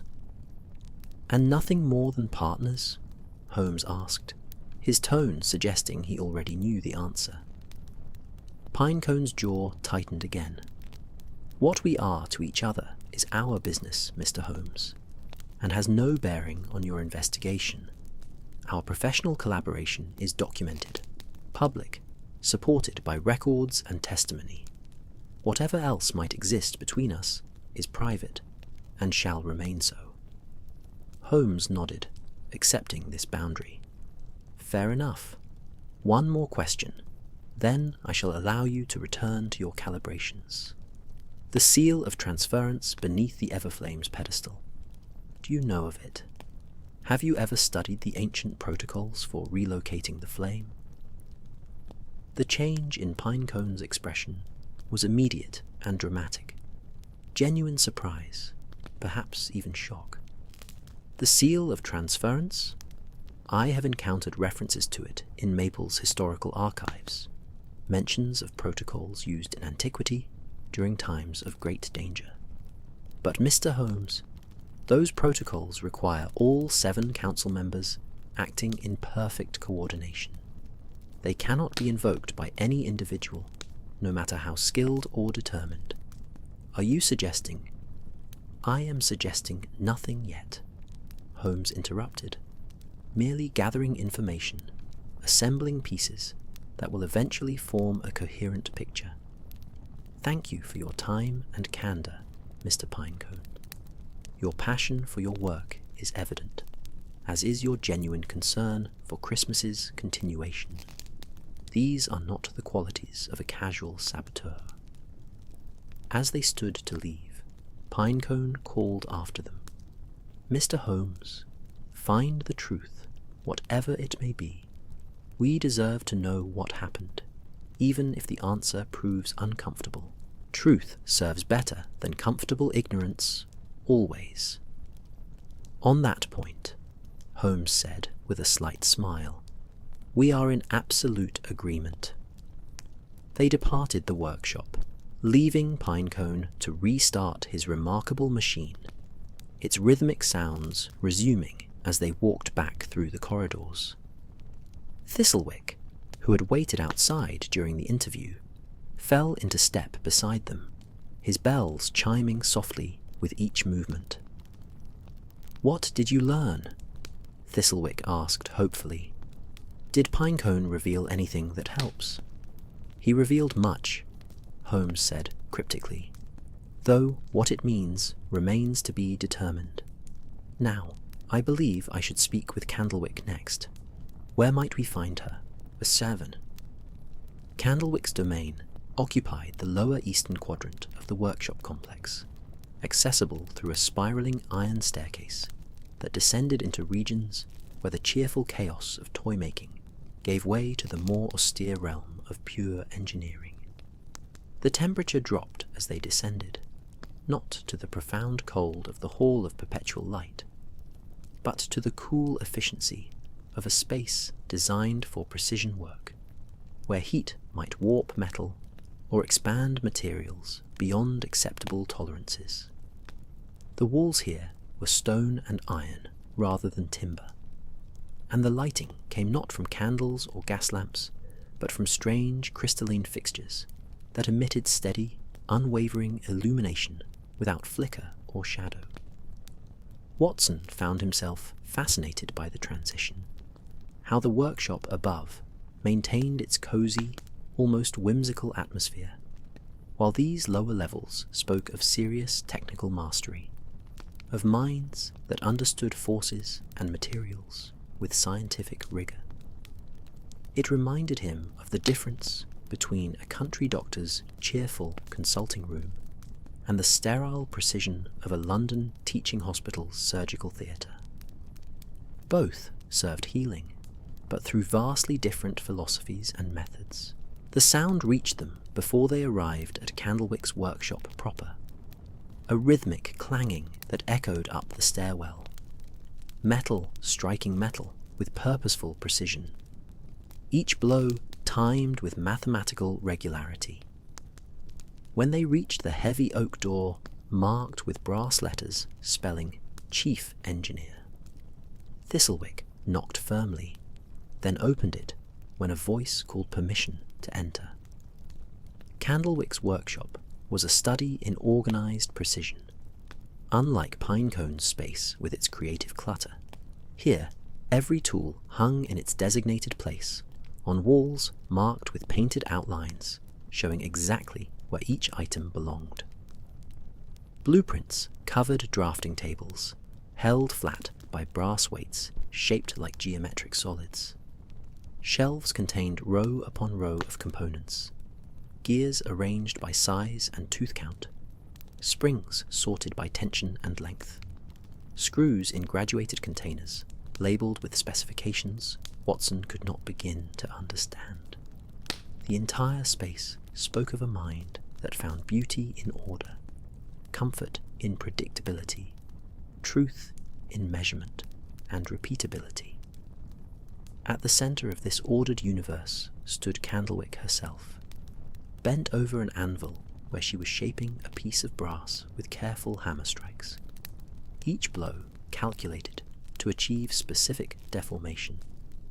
She wore protective goggles that magnified her eyes to startling proportions, and her leather apron was cleaner than Pinecone's, maintained with evident care. Her movements were economical, efficient, containing no wasted motion or unnecessary flourish. She completed the sequence of strikes she had begun before looking up, setting her hammer aside with precision that ensured it aligned perfectly with the anvil's edge. When she removed her goggles, her eyes were sharp and assessing, taking in Holmes and Watson with the same analytical gaze she had likely just applied to the brass piece she was shaping. "Mr. Holmes, Dr. Watson," she said, her voice crisp and businesslike. "I have been expecting you. Thistlewick, you may leave us. I assume Mr. Holmes prefers private interviews, and I have nothing to hide from careful examination." She gestured toward a corner where 3 chairs sat around a small table, each chair positioned at exact intervals. "Please, sit. I can offer water or a mild herbal infusion, but I do not keep tea or coffee. Caffeine introduces variability into precision work." Holmes settled into one of the chairs with evident approval of her directness. "Water will suffice, thank you. I appreciate your willingness to speak with me, Miss Candlewick. I have just come from interviewing Pinecone, and I must confess, I find the intersection of your perspectives quite illuminating." Candlewick poured water from a glass carafe into 3 identical cups, the portions measured with obvious care to ensure equality. Pinecone is brilliant, but impulsive, driven by passion rather than pure logic. We complement each other well. His creative leaps forward, combined with my systematic refinement of those leaps into practical applications. But we are not the same, Mr. Holmes. Our motivations, while aligned in outcome, arise from different sources. "Tell me about those motivations," Holmes invited. "What drives your advocacy for systematic approaches over traditional magical methods. Candlewick took a measured sip of water before responding, and Watson noticed how she held the cup with both hands, centered precisely before her on the table. Magic is unreliable, Mr. Holmes. It functions through mechanisms we cannot fully measure or predict. It responds to belief, to emotion, to factors that shift and change with the subjective experiences of those who wield it. This makes it powerful, yes, but also fundamentally unstable as a foundation for operations that must occur with absolute reliability year after year, century after century. She leaned forward slightly, and Watson saw genuine conviction in her expression, the fervour of someone defending deeply held principles. Consider the Everflame itself. We are told it is eternal, unchanging, a constant source of guidance and power. But how do we know this? Because tradition says so? Because we wish it to be true? Pinecone's measurements suggest otherwise, and while others dismiss his data as heretical, I find it persuasive precisely because it relies on repeatable observation rather than comfortable assumption. Holmes's fingers formed their characteristic steeple beneath his chin. You value evidence over faith, a perspective I find quite sympathetic, as it aligns with my own methods. But surely you must acknowledge that magic, whatever its theoretical inconsistencies, has functioned effectively for your workshop for countless generations. Has it? Candlewick's response came quickly, almost eagerly, as though she had been waiting for this challenge. Or have we simply adapted our perception to excuse its failures? When a child receives an inappropriate gift, we say the magic misread their heart, or that they will grow to appreciate what they initially reject. When timing fails and deliveries occur incorrectly, we blame weather conditions or cosmic interference. We have developed elaborate explanatory frameworks to preserve our belief in the system's perfection, rather than acknowledging its limitations and working to improve them. Watson interjected, his tone gentle but probing. Yet you remain here, working within a system fundamentally based on the very magic you question. If you find it so unreliable, why not pursue engineering in the outside world, where your skills would surely be valued? Something shifted in Candlewick's expression, a moment of vulnerability quickly suppressed, but visible nonetheless. Because the mission matters, Dr. Watson, bringing joy to children, creating moments of wonder and delight. This is work worth doing, regardless of methodology. And I can serve that mission better here, working to create robust systems that ensure Christmas continues, regardless of whether ancient magics persist or fade. I would rather build reliable foundations than pray for miraculous intervention. Holmes rose and began examining the workshop, his keen eyes taking in the tools and components with evident appreciation. He paused before a complex mechanism mounted on one wall, a beautiful arrangement of gears and cams that moved in mesmerizing patterns, though Watson could not determine what function it served. This is exquisite work, Holmes observed. The precision of the tolerances, the elegance of the mechanical advantage. You are an artist, Miss Candlewick, though you might resist that designation in favour of calling yourself a technician. Art and engineering are not mutually exclusive, Candlewick replied, and Watson detected a note of pleasure in her voice at Holmes's recognition of her skill. Beauty arises naturally from efficient design. Form follows function, and when function is perfected, form becomes beautiful, almost inevitably.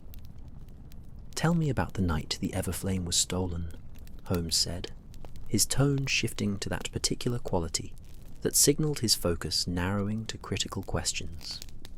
You were with Pinecone, demonstrating his sorting engine.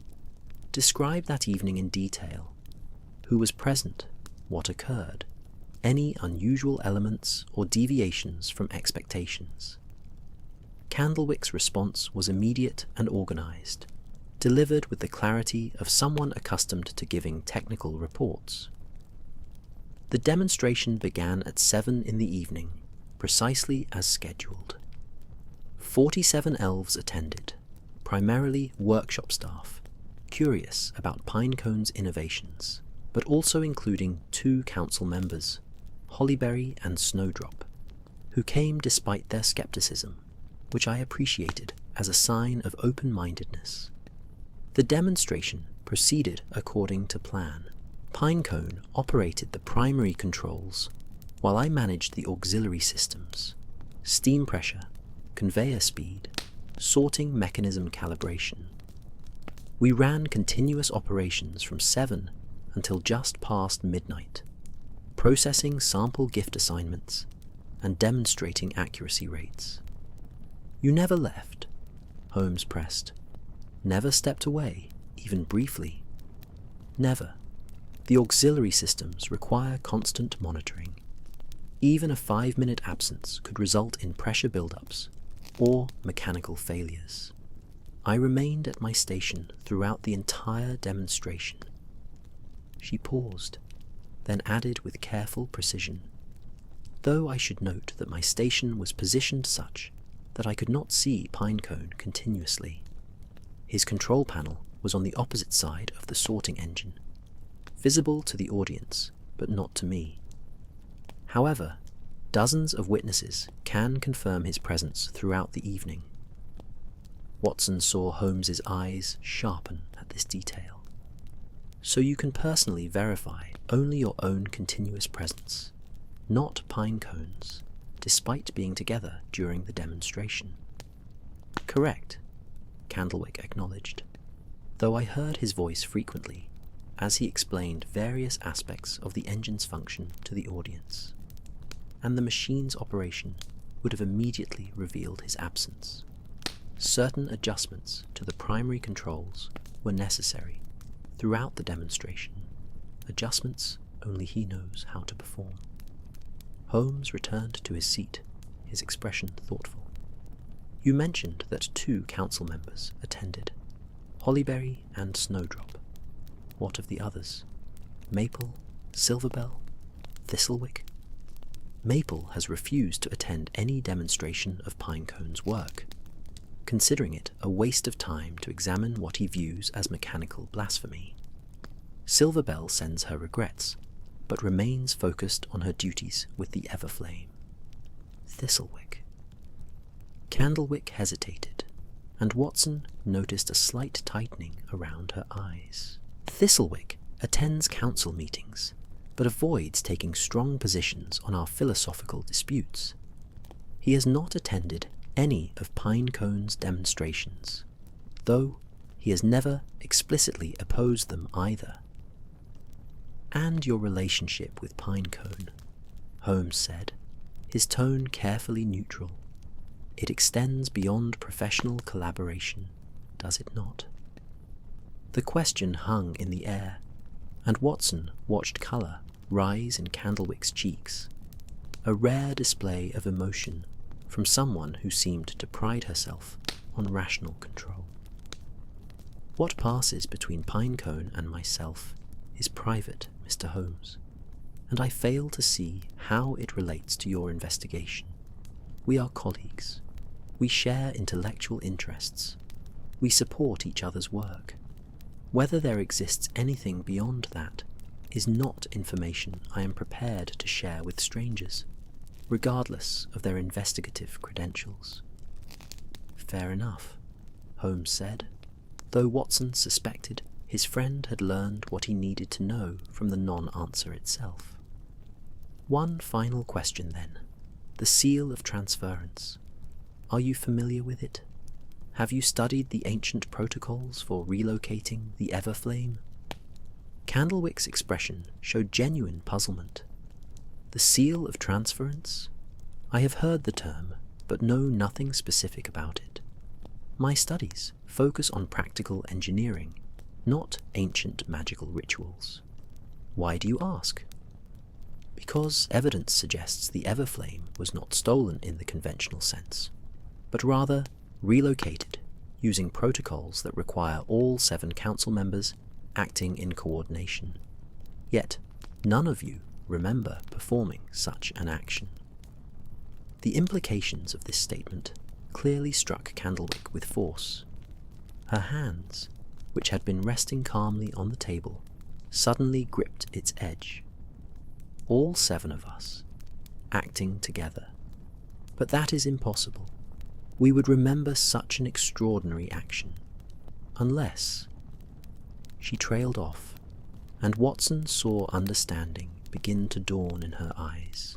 Unless your memories of that night have been altered or suppressed, Holmes finished, which raises uncomfortable questions about consent, autonomy, and what other forces might be at work here beyond simple theft.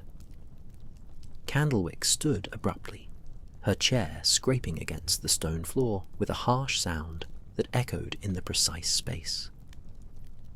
If you are suggesting that my memories have been tampered with, Mr. Holmes, then I am no longer in control of my own mind, my own choices. That is... She paused, visibly struggling with the concept. That is unacceptable, unthinkable. Our thoughts are the only things truly our own. Indeed, Holmes said quietly, rising as well. Which is why we must uncover the truth, however disturbing it may prove. Thank you for your time and candor, Miss Candlewick. Your perspective has been most enlightening. As they departed her workshop and began ascending the iron staircase, Watson walked beside his friend in thoughtful silence, processing all they had learned. Finally, he spoke, keeping his voice low. Holmes, this grows more troubling with each interview. If memories have been altered, if all 7 council members somehow participated in the Everflame's removal without conscious knowledge of doing so, then we are dealing with something far beyond a simple theft. We are dealing with a conspiracy so profound that even the conspirators are unaware of their own actions.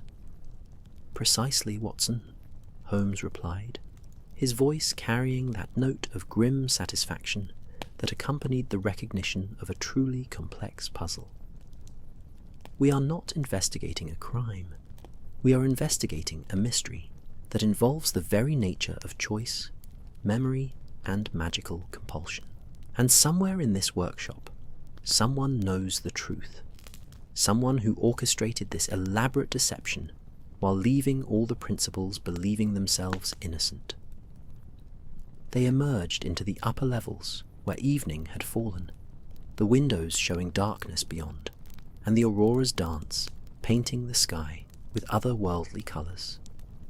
The workshop had grown quieter, many elves having retired to their quarters, though some laboured on in various rooms, their dedication undiminished by weariness or worry. Who shall we interview next? Watson asked. Holmes considered for a moment, his grey eyes distant. I think it is time we spoke with the eldest member of the council, Maple, the workshop historian. If anyone understands the deep history of this place, the ancient protocols and forgotten rituals, it would be he. And something tells me that our answers lie not in the present, but in the past, in choices made long ago, whose consequences are only now revealing themselves. Part 8. Maple's quarters occupied the oldest section of the workshop complex, a tower that predated much of the surrounding construction, and seemed to have been incorporated into later expansions, rather than built as part of them. The stone here was darker, weathered by centuries beyond counting, and the very air felt different, thicker with memory, heavy with the accumulated weight of countless winters, and the stories they had witnessed. Narrow windows, more suited to defensive purposes than illumination, punctuated the walls at irregular intervals, and through them the aurora's light flickered in shades of green and violet that painted everything with an ethereal glow. Thistlewick had guided them to the base of this tower, then hesitated, his bells making a nervous sound. Maple does not receive visitors gladly, Mr. Holmes. He considers his work sacred, his archives the repository of our entire heritage. He may be difficult. I have dealt with difficult witnesses before, Holmes assured him, though I appreciate the warning. Wait here if you prefer. I suspect the historian will speak more freely if he feels less observed by his colleagues. The staircase spiraled upward in tight curves, worn smooth by centuries of footsteps, and Watson found himself counting as they climbed, 63 steps in total, before they reached a landing where a heavy door of ancient oak stood closed. No plaque marked this entrance, no indication of welcome or invitation, only the door itself with its iron bindings and a knocker shaped like an open book. Holmes used the knocker 3 times, the sound echoing in the confined space. For a long moment, nothing happened, and Watson wondered if Maple might simply refuse them entry. Then a voice, aged but strong, called out from within. "The door is unbarred. Enter if you must, though I warn you, I have little patience for interruptions this evening." The chamber beyond was everything Watson had imagined a historian's sanctuary would be, amplified to extraordinary degree. Books lined every wall from floor to ceiling, with rolling ladders providing access to higher shelves. But these were not merely books, they were chronicles, each one bound in materials that spoke of different eras and purposes. Some covers showed leather worked with designs of incredible intricacy. Others displayed wood carved with symbols Watson did not recognize. Still others appeared to be bound in materials he could not identify. Something that looked like crystallized moonlight, or perhaps frozen starlight, or possibly nothing so prosaic as either. Scrolls occupied dedicated shelving, arranged in careful organizational systems. Maps covered several tables, showing landscapes that might have been the Arctic, or might have been somewhere else entirely. Territories where ordinary geography gave way to symbolic representation of magical domains. A massive fireplace dominated one wall, and before it sat Maple himself in a chair that looked as ancient as its occupant. The workshop historian was old in a way that transcended simple chronological age. His face was a landscape of wrinkles, each line a story, each crease a century.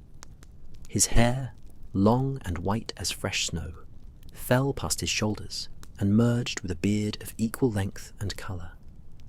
He wore robes of deep brown and forest green, simple in cut but rich in material, and in his gnarled hands he held a book that appeared to be writing itself, ink flowing across pages without benefit of pen or human guidance, recording something in script too small for Watson to decipher from across the room. Maple did not look up as they entered, his attention remaining fixed on the self-inscribing book. Sherlock Holmes and Dr. Watson, I presume. The detective and the chronicler come to question an old elf about matters they cannot possibly understand through their mortal frameworks of logic and observation. His voice carried no hostility, merely statement of fact, delivered with the certainty of someone who had witnessed enough history to know his own perspective held weight. "We understand we are operating outside our normal parameters," Holmes replied, moving closer to the fire where warmth radiated outward in comfortable waves. But understanding is precisely what we seek, not imposition of foreign logic upon your traditions, but rather comprehension of the principles that govern this place and the crisis it now faces. Maple's eyes, when he finally looked up, were startlingly sharp, grey-green like winter moss, filled with intelligence undimmed by age. He studied Holmes with the intensity of someone reading a text, searching for deeper meaning beneath surface presentation. You do not believe in magic, Mr. Holmes. This much is evident in everything about you. Your posture, your tone, your careful choice of words, designed to respect what you consider superstition, while maintaining your rational distance.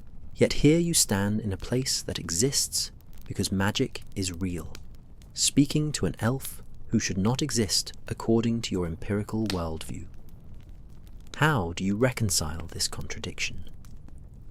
Holmes settled into a chair opposite Maple, uninvited but not refused, and Watson took position standing nearby, notebook discreetly ready but not ostentatiously displayed.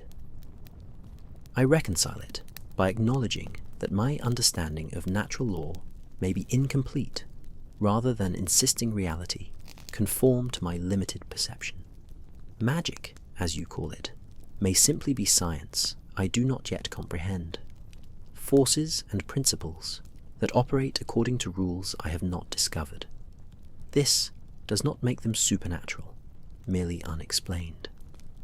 A smile ghosted across Maple's ancient features. A diplomatic answer, and one that reveals a mind capable of adaptation. Very well, Mr. Holmes. You wish to understand the theft of the Everflame. What specifically do you seek from me that you have not learned from your other interviews? Context, Holmes said simply. History. You have overseen these archives for how long? 643 years, Maple replied, without hesitation. I was appointed historian during the reign of the Winter Council, when the workshop underwent its third great reorganization, and the need for systematic record-keeping became apparent. Before that, I served as an apprentice historian for 2 centuries, learning from my predecessor, who had himself maintained the archives for 800 years prior. Between us, we have documented every significant event in this workshop's history, stretching back to its founding. Watson found himself momentarily stunned by the casual mention of such vast timescales, of lifespans measured in centuries rather than decades. It reminded him that they were dealing with beings whose perspective on time differed fundamentally from human experience. Then you know of the seal of transference, Holmes stated. You know the protocols for relocating the Everflame in times of crisis. Maple's expression grew guarded. I know of them. They are documented in the Codex of Emergency Procedures, a volume kept in the restricted collections beneath the Hall of Perpetual Light. Such protocols have been invoked only 3 times in our entire history. Once during the Great Frost War, when the workshop itself was threatened with destruction.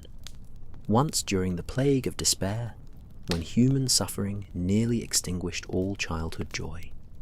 And once during the betrayal of the false saint, when someone attempted to corrupt the Everflame for personal power. Each time, all 7 council members of that era acted in coordination, following precise rituals, relocating the Everflame to safety until the danger passed. And each time, did the council members remember performing these actions? The question hung in the air, and Watson saw Maple's eyes narrow slightly, understanding where Holmes's investigation was leading. They did. The rituals require conscious participation, willing coordination. One cannot relocate the Everflame through coercion or deception, the magic itself resists such corruption. All participants must understand what they do and consent to it freely. Which suggests, Holmes pressed, that if the seal was used in this current incident, and if the council members truly do not remember using it, then something unprecedented has occurred. Either the protocols themselves have been subverted in ways previously thought impossible, or we are not dealing with the seal of transference at all, but rather something else that merely appears similar. Maple set aside the self-inscribing book, giving Holmes his full attention now. The fire crackled softly, sending shadows dancing across the walls of books, and somewhere in the tower a clock chimed the hour, 9 deep, resonant tones that seemed to echo with significance beyond mere timekeeping. "You have come seeking my knowledge, Mr. Holmes, but perhaps what you truly need is my confession," Maple said quietly, "for I am the one who suggested the use of the archives of forgetting." The admission settled over the room like fresh snowfall, quiet but transformative. Watson felt his pulse quicken, his medical instincts recognizing the importance of this moment, while Holmes remained perfectly still, waiting for Maple to continue in his own time. The ancient historian rose from his chair, moving with surprising grace toward one of his map tables, where a particular scroll lay partially unfurled. 2 months ago, I discovered something troubling in my research, a pattern I had not noticed before, though it had been present in the records for decades. The Everflame was indeed diminishing, as Pinecone's measurements suggested, but not through natural decay. It was being drained, slowly and systematically, by something within the workshop itself. Drained by what? Watson asked, unable to contain his curiosity. By us, Maple said heavily. By the Council, specifically. Our proximity to the flame, our constant reliance upon it, our centuries of drawing upon its guidance without ever replenishing what we took. We had become parasites, Mr. Holmes, feeding upon the very source we were meant to protect. The more we used its magic, the more we needed to use it, and the more we needed it, the faster it depleted. A vicious cycle that would inevitably lead to the flame's extinction and our own inability to function without it. He turned to face them directly, and Watson saw profound sorrow in those ancient eyes. I brought this discovery to Father Christmas during his preparation for the journey. I showed him the evidence, the inexorable pattern, and together we devised a desperate plan to relocate the Everflame using the seal of transference, but this time with a crucial difference. We would place it somewhere we could not access it, could not continue draining it, giving it time to regenerate, while we learned to function without our addictive dependence upon its guidance. But if you removed it, Holmes said, his voice sharp with understanding, the workshop would face immediate crisis. Toys would be mismatched, Christmas would fail, and the Council would demand its immediate return, preventing any opportunity for regeneration. Precisely, Maple confirmed. Which is why Father Christmas authorized the use of the Archives of Forgetting, a ritual that would suppress our memories of relocating the flame, make us believe it had been stolen, force us to confront our dependence, and develop alternative systems in the belief we had no choice. It was, he said, the only way to save both the Everflame and ourselves from the slow death of codependency. Part 9. The revelation hung in the air like smoke from the fireplace, curling and dispersing and reforming into new patterns of understanding. Watson found himself gripping his notebook so tightly that his knuckles had gone white, the implications of Maple's confession cascading through his mind in waves. Holmes, however, remained outwardly composed, though Watson could see the fierce concentration in his friend's eyes, the rapid mental calculations occurring behind that brilliant facade. "You participated in your own deception," Holmes said finally, his voice carrying a note that might have been admiration or might have been condemnation. Watson could not quite tell. "You allowed your memory to be altered, made yourself believe a fiction, all to serve what you perceived as a greater good. How very human of you." Maple returned to his chair, settling into it with the weariness of someone who had carried a heavy burden and finally set it down. "I had hoped Father Christmas would return before the truth needed revealing. He was meant to come back and guide us through this transition, explain what had been done and why. But he has not returned, and Christmas approaches with terrible speed, and now I find myself in the position of betraying his trust by revealing our plan to outsiders before he deemed the time right." "Tell us everything," Holmes said, leaning forward. "The exact sequence of events. Who knew the truth? Who participated? How the ritual was performed? Leave nothing out." The historian drew a long breath, his gaze turning toward the fire, as though seeing not the present flames, but memories of that night, 2 weeks past. "Father Christmas and I planned it together over the course of several evenings. We knew the Everflame needed to be relocated somewhere no council member could reach, somewhere we would not even think to search. Father Christmas has access to places beyond our normal geography, dimensional pockets, spaces between spaces where ordinary rules do not apply. He created such a sanctuary specifically for the Everflame's protection and regeneration." Maple's fingers traced patterns on the arm of his chair, unconscious gestures accompanying his recollection. "The ritual required all 7 council members, as the seal of transference demands. Father Christmas gathered us on what we believed was simply another preparatory meeting before his journey.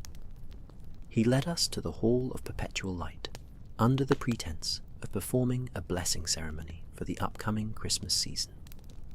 Once there, he guided us through the seal activation, each of us placing our keys in the prescribed sequence, speaking the necessary words.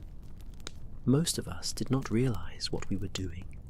The ritual can be disguised within other ceremonies, you see, hidden like a phrase within a longer sentence." "Most of you did not realize," Holmes repeated, emphasis on the word most. "But some did. You knew, obviously. Who else?" "Only Father Christmas and myself," Maple said. "The others participated unknowingly, their actions genuine, but their understanding incomplete. This was necessary. The magic requires willing participation, but not necessarily informed participation.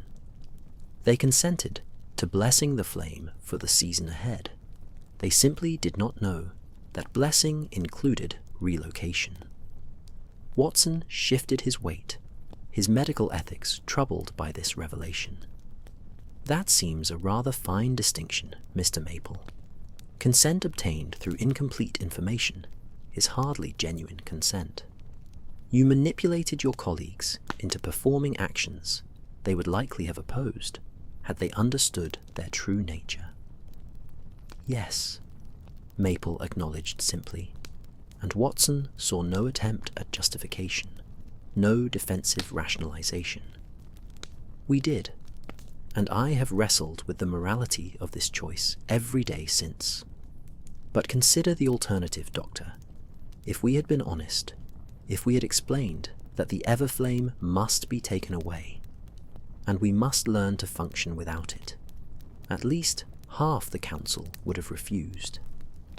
Pinecone and Candlewick might have supported the plan, but Hollyberry, Silverbell, Snowdrop, they would have resisted, argued that alternatives must be found that did not risk Christmas itself. The debate would have consumed weeks or months we did not have, and meanwhile the Everflame would continue diminishing, drawing us closer to the catastrophe we sought to prevent. Holmes rose and began pacing the room, his hands clasped behind his back, his greatcoat swirling around him like theatrical curtains. So, the seal of transference was activated, the Everflame relocated to Father Christmas's dimensional sanctuary, and then what? How were your memories altered? The archives of forgetting. What precisely do they contain? Maple gestured toward a particular section of shelving where several volumes bound in what appeared to be shadow. Actual darkness, somehow given substance and form, rested behind a glass panel etched with warning symbols. The archives contain rituals developed in the earliest days of the workshop, methods for releasing memories too traumatic to carry, experiences that would break even the strongest spirit if retained in full clarity. They are mercy, Mr. Holmes, tools of compassion for those who have witnessed horrors that would otherwise destroy them from within. But in this case, Holmes observed, they were used not to relieve trauma, but to create tactical amnesia, a rather significant perversion of their intended purpose.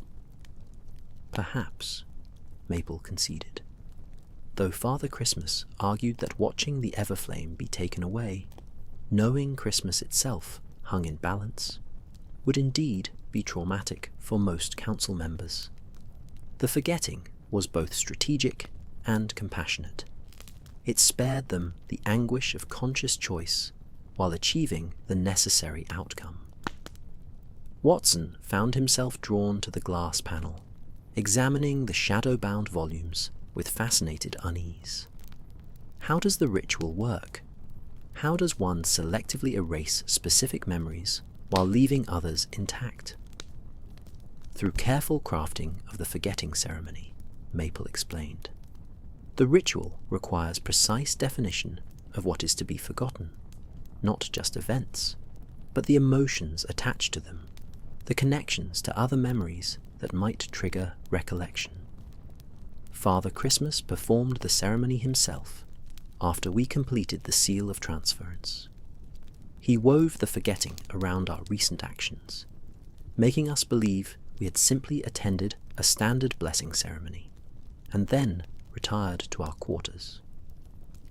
The memory of relocating the Everflame was not destroyed, but rather placed in a locked room within our minds, a room whose door we could not consciously open. But you remember, Holmes pointed out, your memory was not locked away. Why? Maple's expression grew even more troubled.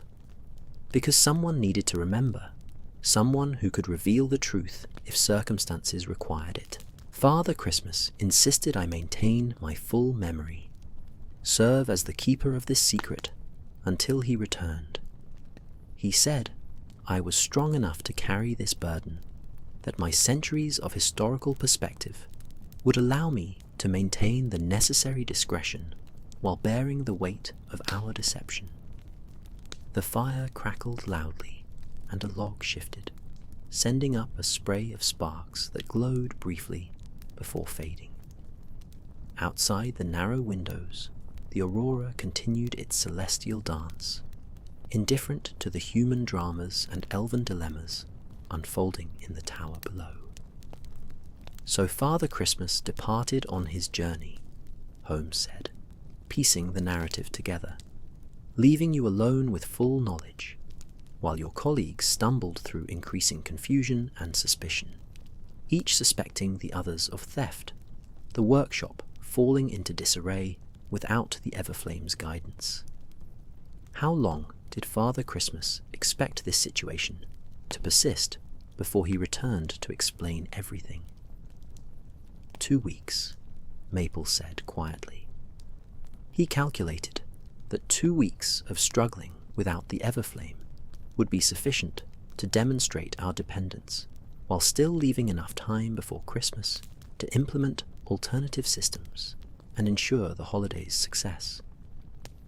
He planned to return 5 days before Christmas Eve, reveal what had been done and why, and guide us through the transition to new operational methods. But it has now been 2 weeks, and he has not returned. Our emergency messages have gone unanswered, and I am left wondering if something has gone terribly wrong with his journey, if he is unable to return, if our careful plan has become a disaster we never anticipated. Holmes stopped his pacing and stood directly before Maple, his grey eyes intense. Where exactly did Father Christmas relocate the Everflame? This dimensional sanctuary you mentioned. How does one access it? I do not know the precise coordinates, Maple admitted.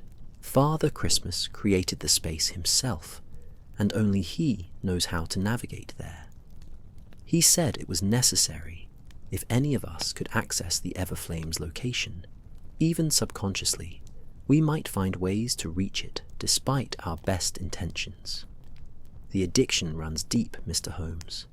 Even I, with full knowledge of what we had done and why, sometimes feel the pull, the desperate need to check on the flame, to draw upon its guidance just one more time.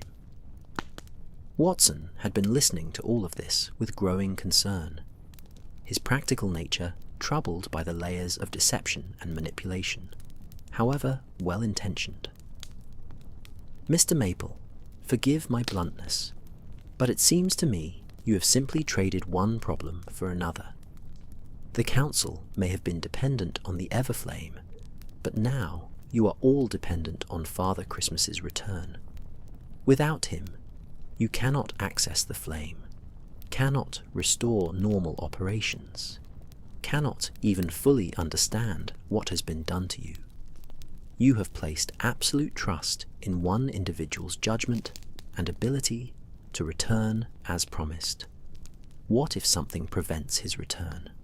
What if he has been injured or detained during his journey? What then? The question seemed to age Maple even further, his shoulders sagging beneath its weight. Then we are lost, Doctor.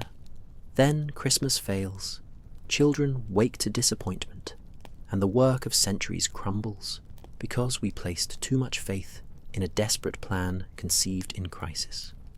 I have no contingency for Father Christmas's permanent absence. He is the cornerstone upon which everything rests, and without him. He trailed off, unable or unwilling to complete the thought.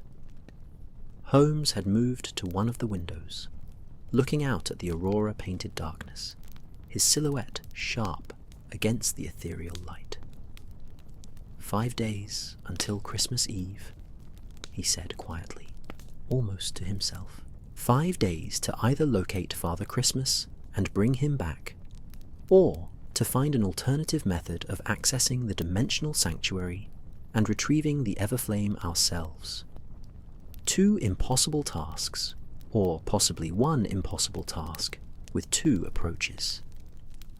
He turned back to face Maple, and Watson saw determination hardening in his friend's features. You said Father Christmas has access to places beyond normal geography. Does he travel using specific methods, magical conveyances, dimensional doorways, incantations or rituals that create pathways? All of these, Maple replied. His methods vary depending on destination and purpose. For the annual Christmas Eve journey, he uses the sleigh with its reindeer team. They can navigate between locations instantaneously, cross vast distances in moments. But for the journey of preparation, he travels differently, on foot often, using slower methods that allow him to truly experience the places he visits, to understand human condition at ground level rather than from aerial perspective. Is there any way to track his movements? Watson asked. Magical means of locating him, determining his current whereabouts? Maple hesitated, then rose and moved to a particular shelf where a crystal sphere rested on a stand of carved wood. The sphere was perhaps 6 inches in diameter, perfectly clear, except for a single point of red light that pulsed gently at its center. This is the locator. It maintains connection to Father Christmas at all times, showing his general location relative to the workshop. The red light indicates he is currently in the southern hemisphere, but beyond that, I cannot determine specifics. The magic is not precise enough for more detailed tracking. Holmes examined the sphere with interest, his fingers hovering near but not touching its surface.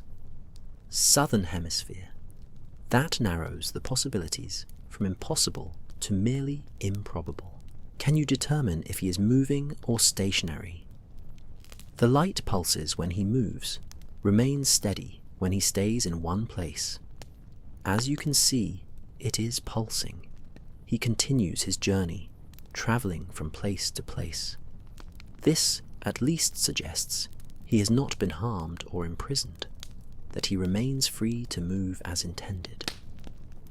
Or, Holmes said grimly, it suggests he is being moved against his will, carried by others who ensure the locator continues showing motion to prevent anyone from suspecting his capture. The possibility had clearly not occurred to Maple, and Watson saw alarm flash across the ancient elf's features. Who would dare? Who could? Father Christmas is among the most powerful beings in existence, protected by magic that has accumulated over millennia of belief and goodwill. To capture him would require forces of immense strength and coordination. Perhaps, Holmes agreed, or perhaps it would simply require catching him at a moment of vulnerability, away from the workshop and its protections, engaged in his journey of preparation, which you described as deliberately slower and more grounded than his usual methods. If someone wanted to ensure the Everflame remained missing, ensure the workshop fell into permanent chaos, they would need only to prevent Father Christmas from returning, to reveal the truth and restore order. A chill seemed to settle over the room, despite the fire's warmth, as the full implications of this theory became clear to all three of them. Part 10. The silence that followed Holmes's observation stretched long and heavy, broken only by the fire's soft crackling and the distant chiming of workshop bells marking the hour. 10 deep tones that resonated through the tower's ancient stone. Watson found himself thinking of London, of Baker Street and its familiar comforts, of mysteries that involved merely human criminals with comprehensible motivations, rather than this labyrinth of magic and memory, dependency and desperate remedies. Yet even as he longed for the familiar, he recognized the profound importance of what they faced here. Not just the fate of one Christmas, but the preservation of wonder itself, of that precious capacity for joy that made childhood magical and adulthood bearable. Holmes had returned to his chair, his fingers steepled beneath his chin in that characteristic pose of deep concentration. When he finally spoke, his voice carried the measured quality of someone constructing a logical framework from fragmentary evidence. Let us consider what we know with certainty, what we can reasonably infer, and what remains speculation. Certainty. The Everflame was relocated using the seal of transference 2 weeks ago, with all 7 council members participating under Father Christmas's guidance. Most council members had their memories of this event suppressed through rituals from the archives of forgetting. Father Christmas departed on his journey of preparation immediately after, intending to return 5 days before Christmas Eve to reveal the truth and guide the transition to new operational methods. He has not returned as planned and remains somewhere in the southern hemisphere, apparently mobile based on the locator's pulsing light. Maple nodded slowly, his aged features drawn with worry. That summarizes our situation accurately. Reasonable inference, Holmes continued, suggests several possibilities regarding Father Christmas's absence. First, he may simply be delayed, his journey taking longer than anticipated, perhaps due to encountering situations requiring more time than originally allocated. Second, he may be incapacitated, injured or ill in some remote location where even magical communication fails to reach. Third, he may be detained against his will by forces capable of overcoming his considerable defenses. Each possibility carries different implications for how we should proceed. Watson leaned forward, his practical nature seeking concrete courses of action. If he is merely delayed, we need only wait, though that risks Christmas arriving before he returns. If he is incapacitated, we must find and assist him, which requires knowing his location with far more precision than the locator provides. And if he is being held captive, we must identify his captors and effect his rescue, a task that seems far beyond our capabilities, given that we are dealing with beings of magical power. Not necessarily beyond our capabilities, Holmes corrected, merely beyond our experience. But let us table the question of rescue for the moment and focus on what we can do immediately. Maple, you said only Father Christmas knows how to access the dimensional sanctuary containing the Everflame. But surely he would not create such a space without some failsafe, some alternative means of access should something prevent his return. The historian's expression grew thoughtful, his fingers absently stroking his long, white beard. Father Christmas is cautious, thorough in his preparations. It stands to reason he would establish contingencies. But if such a failsafe exists, he did not share it with me.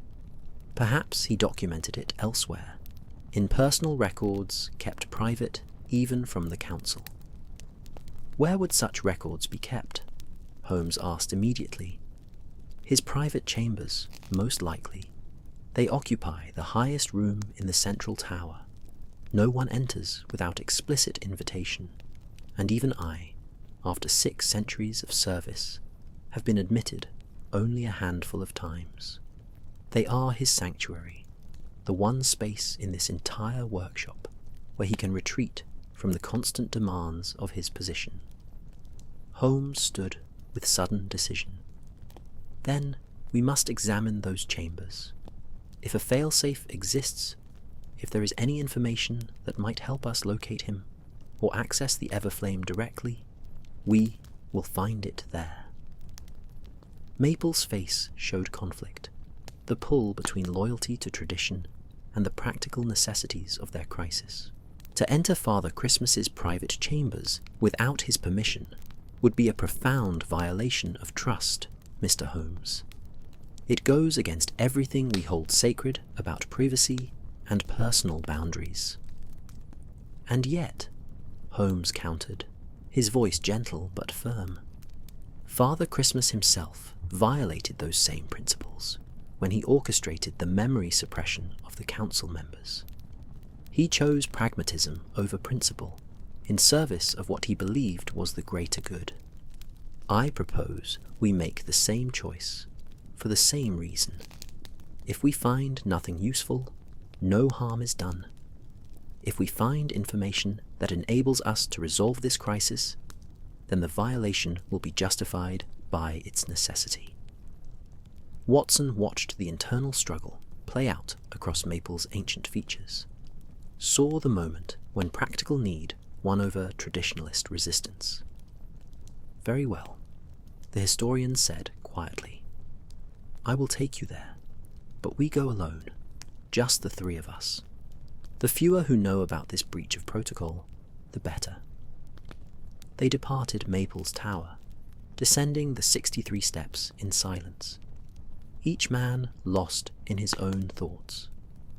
The workshop had grown very quiet now, most elves having retired for the evening, though Watson glimpsed occasional figures moving through distant corridors. Dedicated workers labouring through the night in desperate attempts to maintain quality despite the Everflame's absence. The commitment moved him, their refusal to abandon their mission even when the tools they had relied upon for centuries had been taken away. The central tower rose taller than any other structure in the complex, its peaked roof crowned with a star that blazed with light, visible for miles across the Arctic landscape.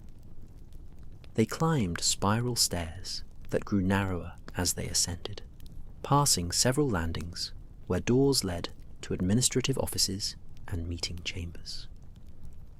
But they continued upward, always upward, until they reached a final landing where a single door stood alone. This door was different from all others. Watson had seen in the workshop, not oak or pine or crystal, but something that appeared to be made from compressed starlight, glowing softly with inner radiance, warm to the touch when Maple placed his hand upon it.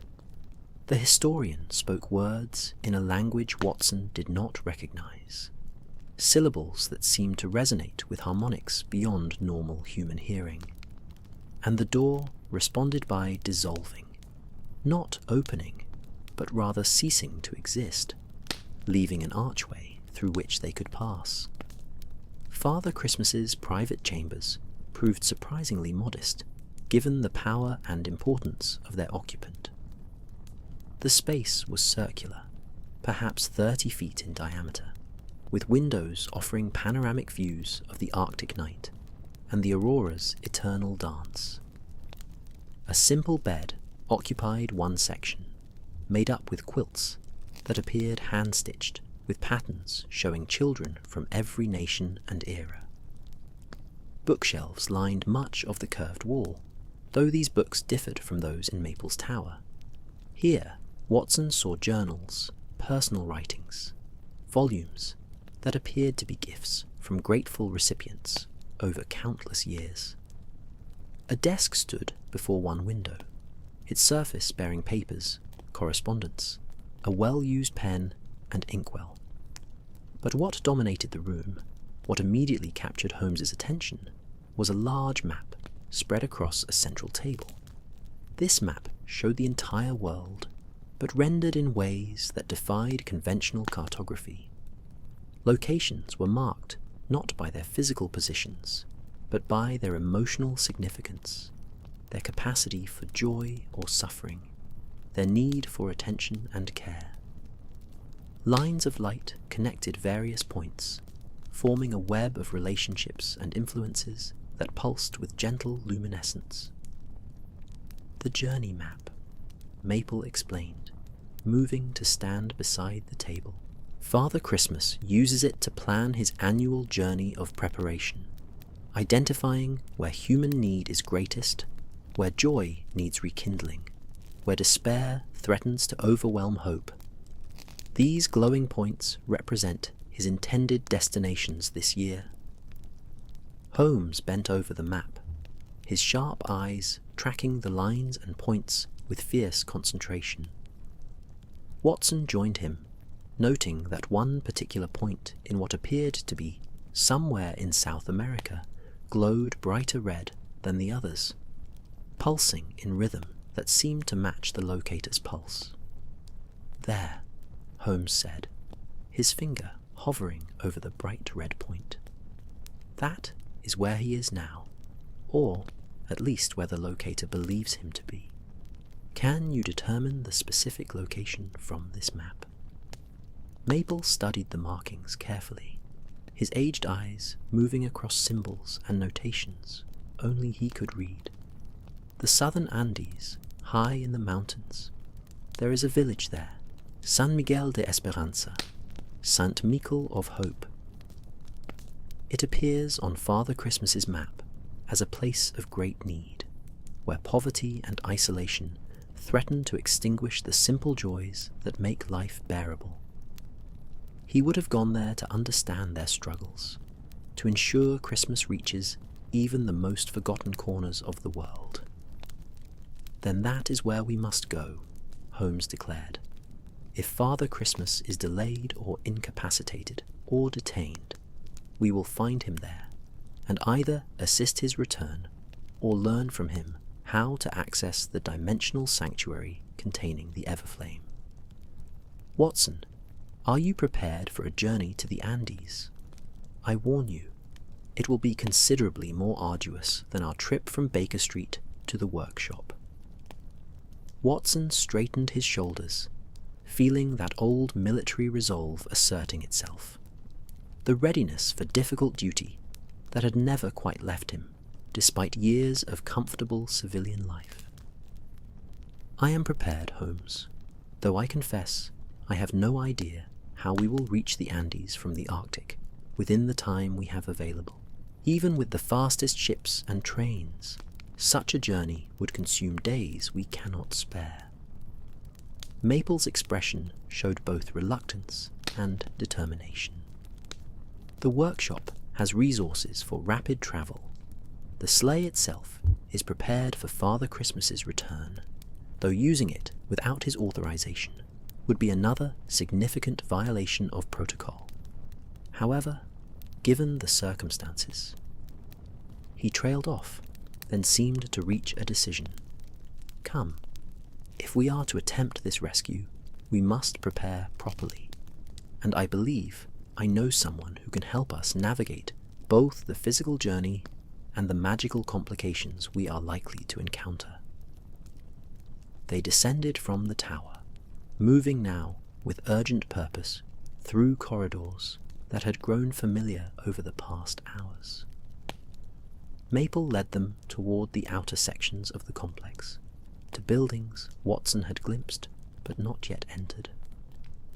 The largest of these structures emanated warmth and the distinctive scent of animals, hay and leather, the musk of large creatures, and something else, something wild and magical that Watson could not quite identify.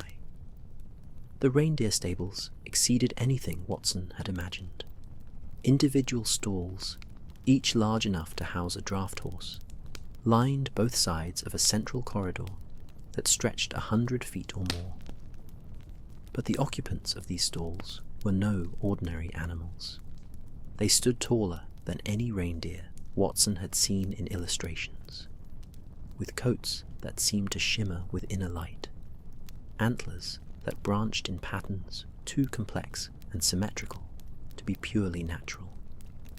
Their eyes held intelligence that bordered on human, and when they turned to observe the visitors, Watson felt distinctly that he was being evaluated, judged, assessed for worthiness.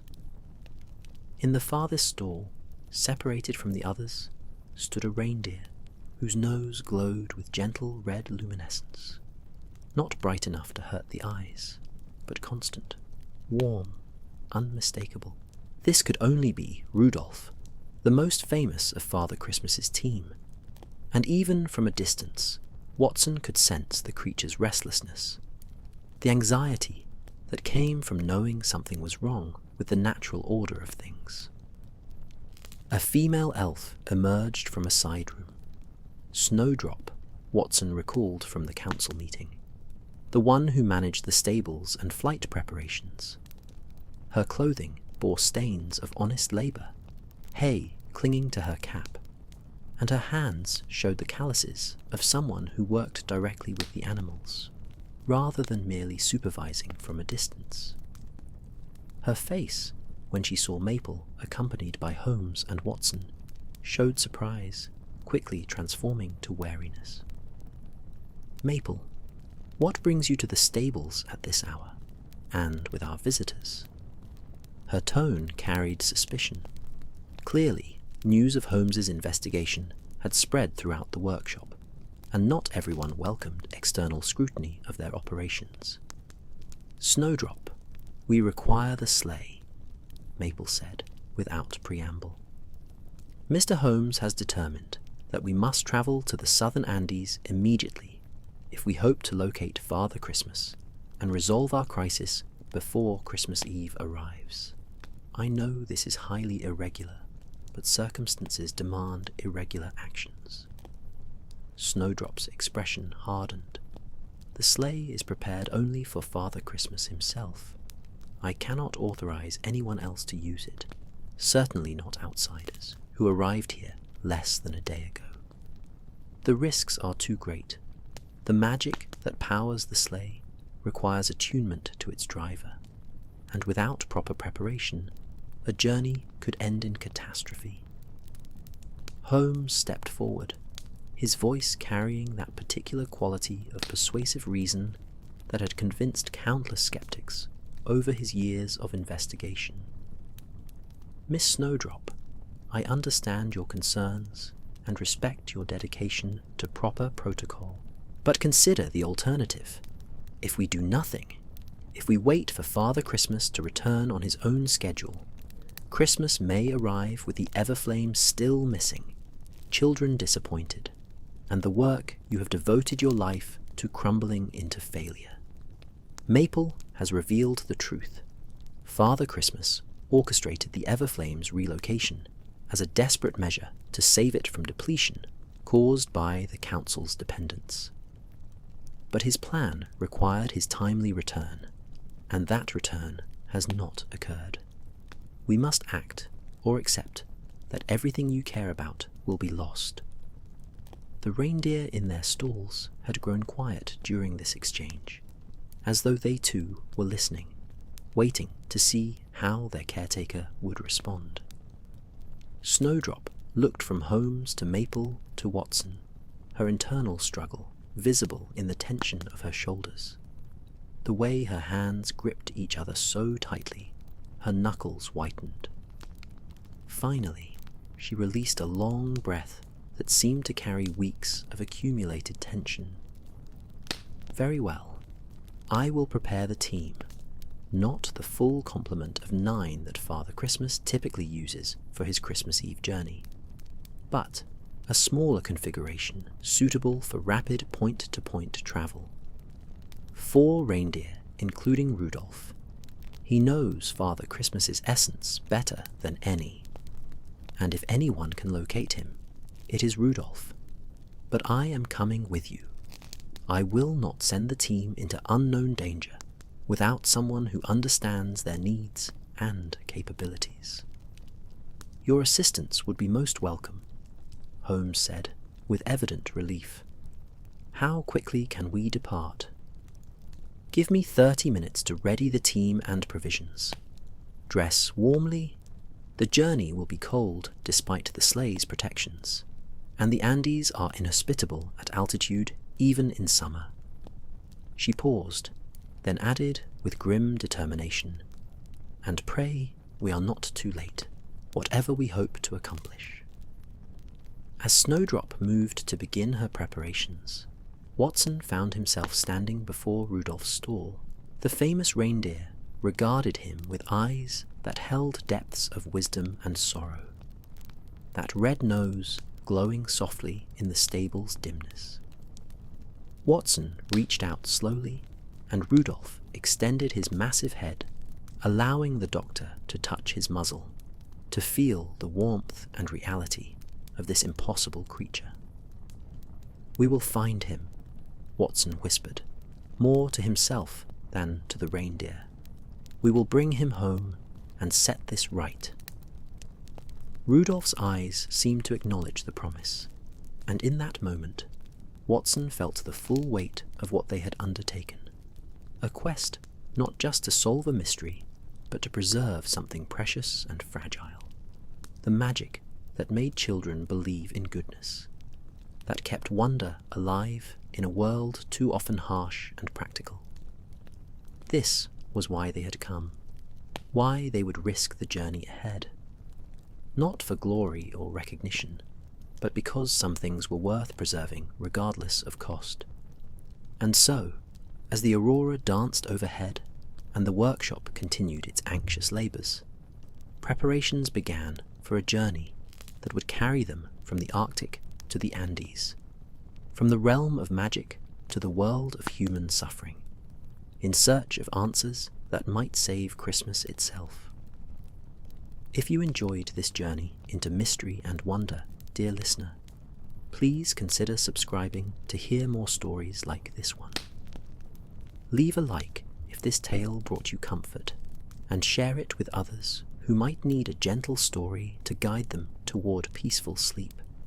And now, as our story continues beyond this moment, as Holmes and Watson and their unlikely companions prepare to soar across impossible distances in search of truth and hope, I wish you the softest of dreams, the most restful of sleeps, and the promise that wonder still exists in this world, waiting to be discovered by those brave enough to seek it. Good night, dear friend. May your rest be peaceful, and may you wake tomorrow ready to face whatever mysteries your own life holds. Good night.